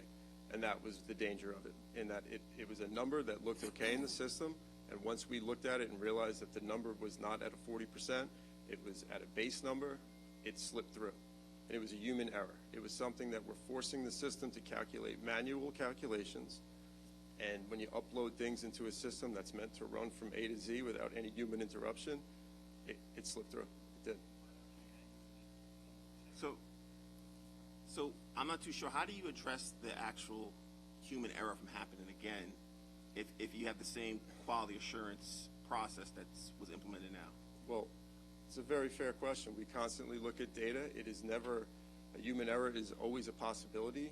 And a parcel count of 425,000 parcels, it was something that we caught. And with scrutiny and more focus on it, now that I realized how it happened, we can look at it differently now. So, I'm not trying to put words in your mouth. How can you assure this body that this error, this same type of error, won't happen again? Through more quality control measures, things that I've continued to implement in this office from day one, from both a human perspective and a statistical perspective. It's something that you got to go at it from two different angles, and it's something that we've started to implement for the past, like I said, few months. And this one did get through. And how do we do it? We continue to move forward and to scrutinize the data even further. So, and then I just want to go back again on a different point.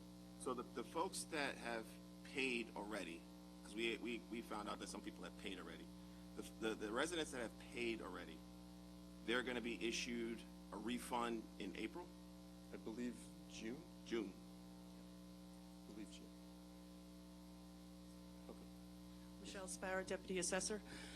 We've received assurances from the receivers that anybody who has paid before November 10th, they can refund right now.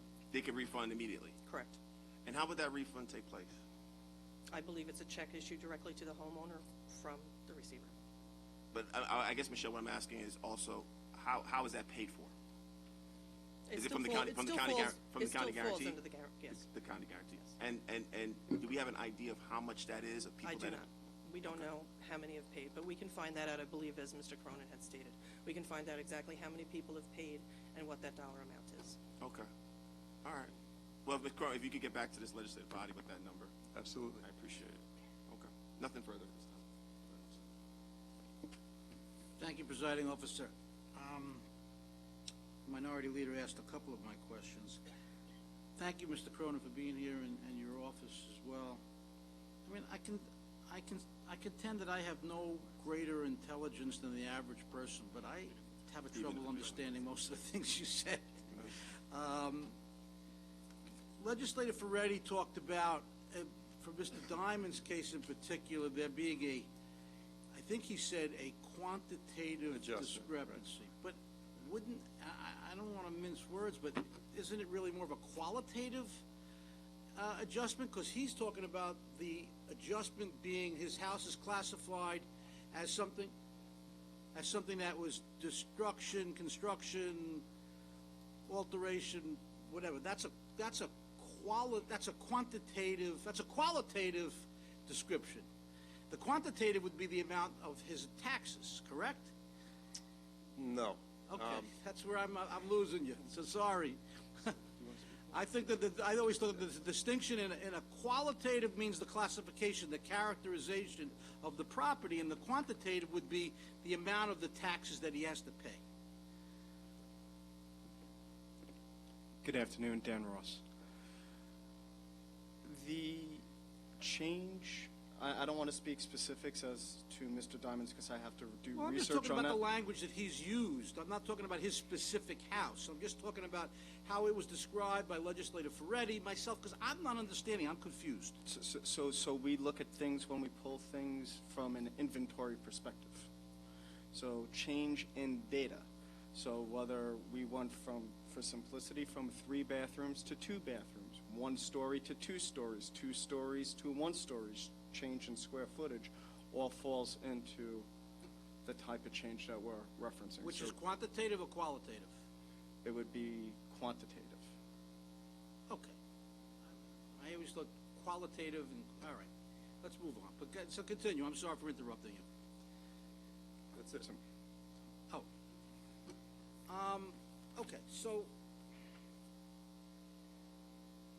you mentioned a number to me that just all of a sudden stuck out, 40%. Right, that was so the Phase-In Exemption Act of 2020 is currently in its 3rd year, and each year the amount is reduced by 20%. So that's a systemic control system. Correct. So now if you could walk back and explain to me, that's the magic number you look for when you're going over the data, or no? No, that would be the amount of the exemption that is applied to this tax roll for 2023. So that phase-in exemption value would be, you have a base number that was derived from the 2020 final to the 21 tentative back in, I think it was 2020. That was the base amount. So each year, so the first year of the exemption, it was in 80% of that number is reduced from your assessment to create your taxable assessment. After that, it's 60% in the next year, and then we're at the 3rd year, so it's 40%. Now I understand. Thank you for that. See, that I can understand. So I just go back there. So I can actually answer constituents when they ask me this question. So specifically, describe how you learned of this error.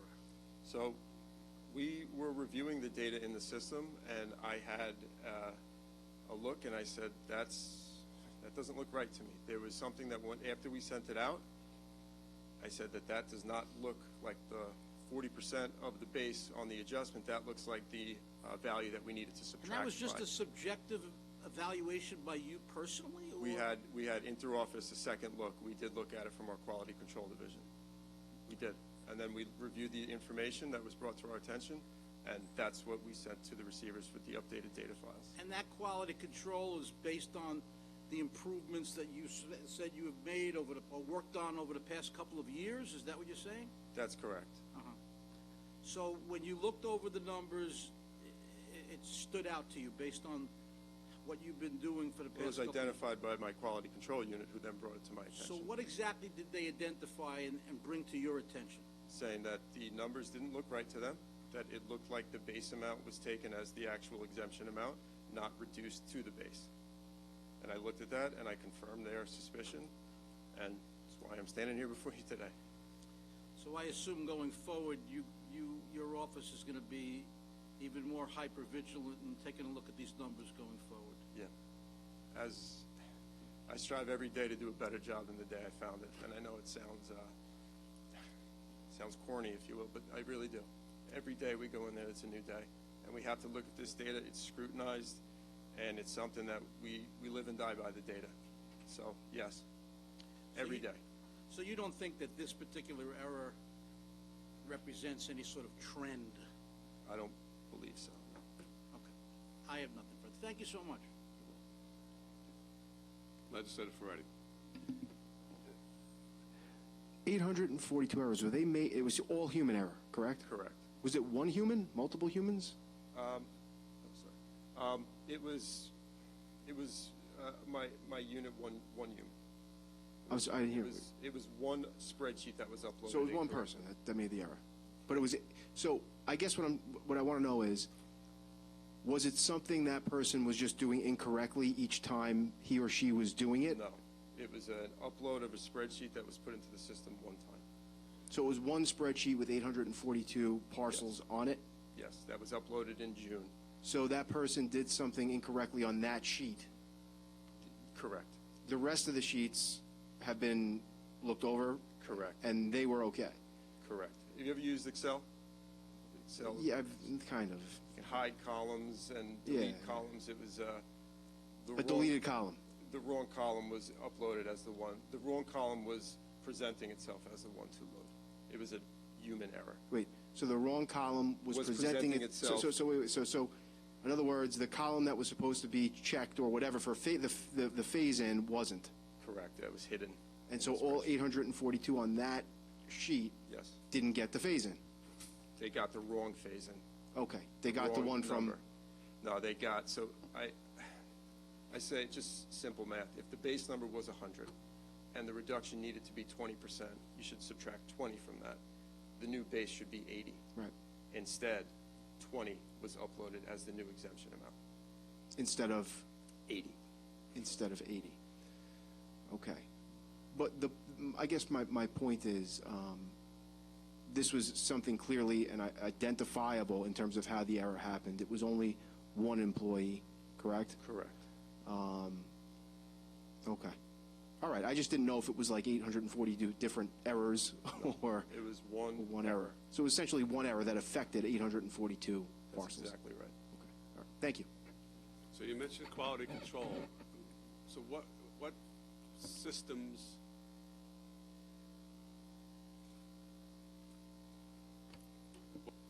systems or procedures have you put in place to say double check to make sure that this type of error does not occur? We look at things from both human perspective and now a statistical perspective.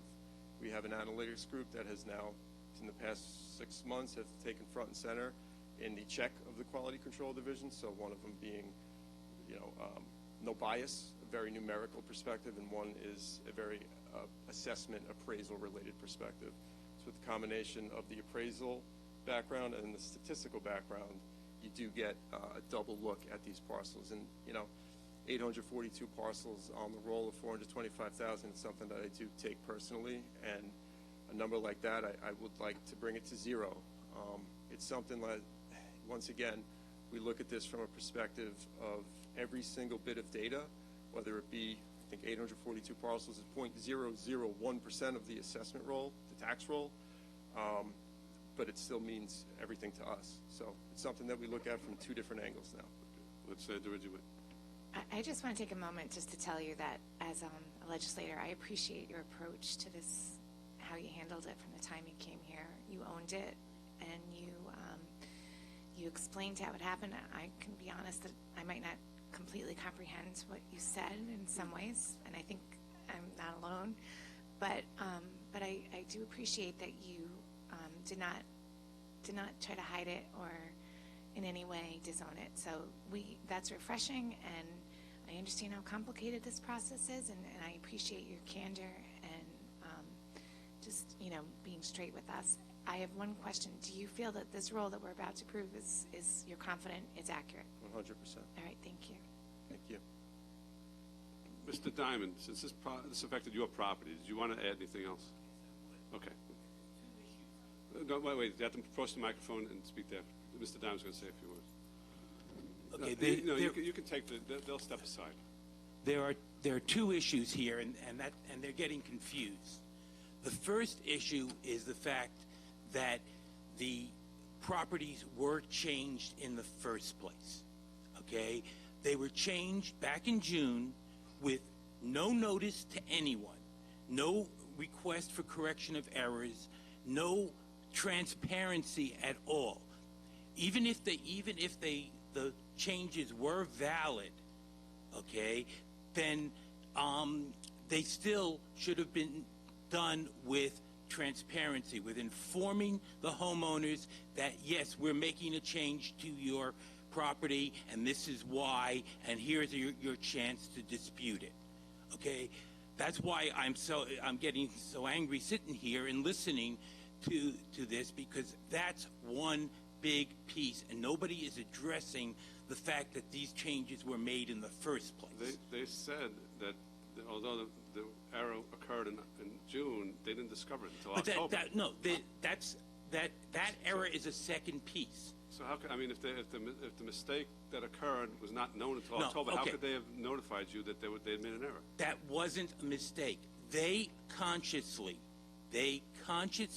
went into the system to change the assessment. The way they did it was the mistake, but they actually went in and consciously changed the assessment. Do you agree with that, Mr. Caroni? No, Mr. Diamond, you can just address your comments. Okay. Can I ask a question, Presiding Officer, to Mr. Diamond? If I understand where you're coming from, I think it's what I was kind of asking the acting assessor before. I believe the acting assessor stated that these errors only happened to properties that had quantitative changes. Correct. Is that correct, acting assessor? And that goes back to the information he's going to be providing to me, because according to you, your property did not undergo any act that would result in a quantitative change to your assessment. Right. Because with a frozen roll, the only reason you'd have a quantitative change is if you made a modification to your property, there was destruction, fire, whatever, and you're saying you didn't do that. Right. So I think we already kind of went, we did address that. No, not quite, okay? I'm sorry, but the point I'm trying to make is that even if they were justified in making those changes, okay, they made them back in June, and they made them without any information to the homeowners. When I got my bill on October 3rd, and I looked at my bill, and I looked and saw that the TPP, which was supposed to be 73, was actually 7. That's when I knew that a mistake was made. But the fact that they went in and made that change in the first place without notifying me. But was your assessment changed? Yes. Okay, but that's what the I'm saying. issue. There's two issues here. There's the issue of making the change in the first place, which was not a mistake, at least according to them, but was something that they consciously did. But the second issue is that when they went to make this change, they messed it up by putting in the amount of the adjustment, not the adjusted amount. I get it, and I think that we're going to get the information from the Department of Assessment that's going to at least shed some light as to why your assessment was changed. But in terms of when you talk about the transparency component, obviously they're going to tell us why they changed your assessment. But generally it would be because you made a modification to the property. And when you do that, what comes with that is a change to your assessment.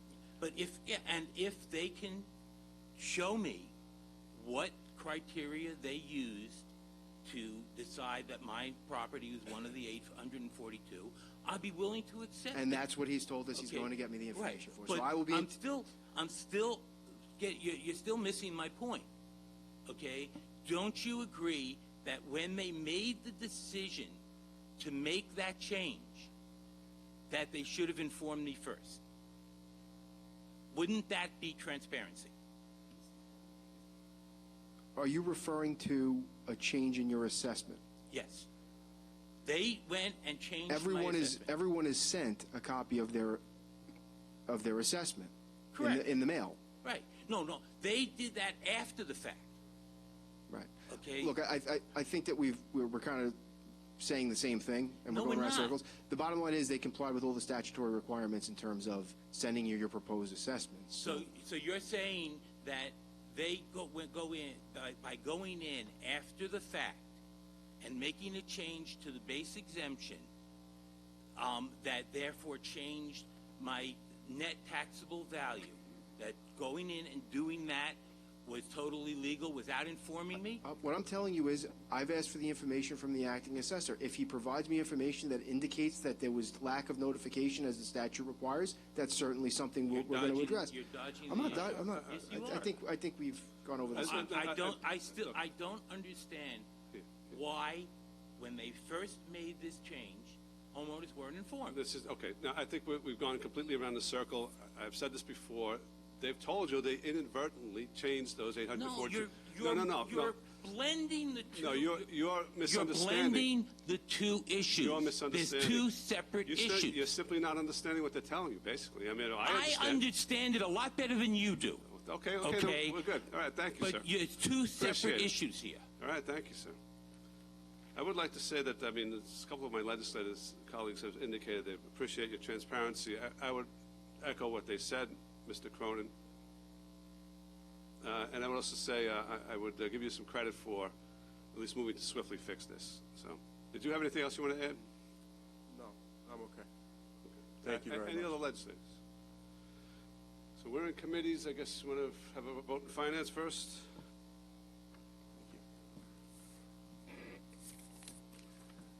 Okay. Finance, members of finance, voting on items 339, 340, and 341. All those in favor of passing those three items, please say aye. Aye. Any opposed? Those items passed unanimously. Thank you. Motion to adjourn. Finance made by Mr. Ferretti and seconded by Mr. Lafazan. All those in favor of adjourning finance, please say aye. Aye.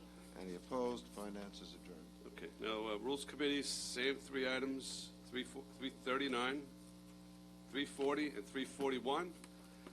Any further debate or discussion? Hearing none. All in favor signify by saying aye. Rules Committee? Aye. Those opposed? Passes unanimously. Motion to adjourn by Legislator Rhodes, seconded by Legislator Schaefer. All in favor of adjourning rules signify by saying aye. Aye. Those opposed? Rules is adjourned. We're going back at the full ledge. These same three items are on the full legislative calendar. They're 25, Resolution 210, 26, Resolution 211, 27, Resolution 212. Motion by Deputy Presiding Officer Coppell, seconded by Minority Leader Abrahams. Any further debate or discussion on these items at this time? Hearing none. All in favor signify by saying aye. Aye. Those opposed? Carries unanimously. Item 22, Resolution 207, is a resolution to authorize the transfer of appropriations heretofore made within the budget for the year 2022.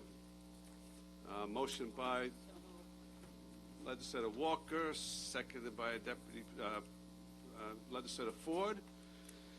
So that items before us, we have to submit an amendment in the nature of a substitution to increase the total of the board transfer to $20,590,000 by adding $450,000 to the Fire Commission CAD enhancement. All right. Motion by Legislator McKevitt, seconded by Legislator Muley to amend. Any debate or discussion on the amendment? Hearing none. All in favor of the amendment signify by saying aye. Aye. Those opposed? Okay, the item is amended. Now the item is amended. Anyone have any debate or discussion on this? This is the ARPA funds. Nope. So let's have a motion, a vote on that. All in favor of item 22, Resolution 207, signify by saying aye. Aye. Those opposed? Carries unanimously. I think the last one is the one for, did I miss it? 24, right? 23 and 24. Call 23? No. Okay, so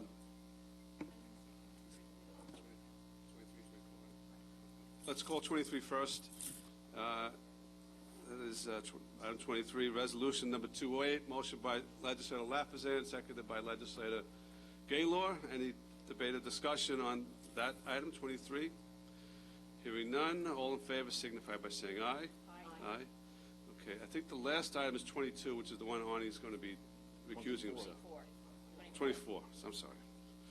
24, Resolution 209, let the record reflect that Legislator Drucker is leaving the chambers, will not be participating in any debate, discussion, or vote on this item. Item 24, Resolution 209, motion by Legislator Szilagyi, seconded by Legislator Bino, a resolution to authorize the release of surety bond and escrow deposit covering improvements on the map of Country Point at Plainview, Condominium 6, situated in Plainview, Old Bethpage, Town of Oyster Bay, County of Nassau. Any debate or discussion? Any public comments? Hearing none, all in favor signify by saying aye. Aye.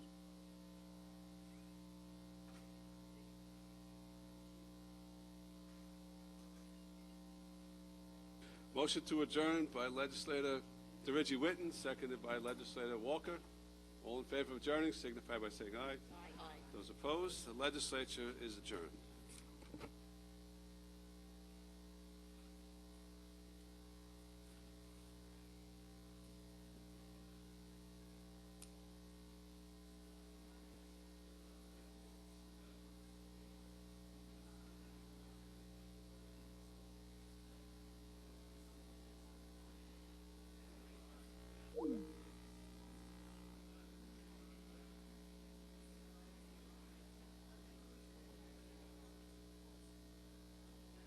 Legislator Millet, my compliments to you for attending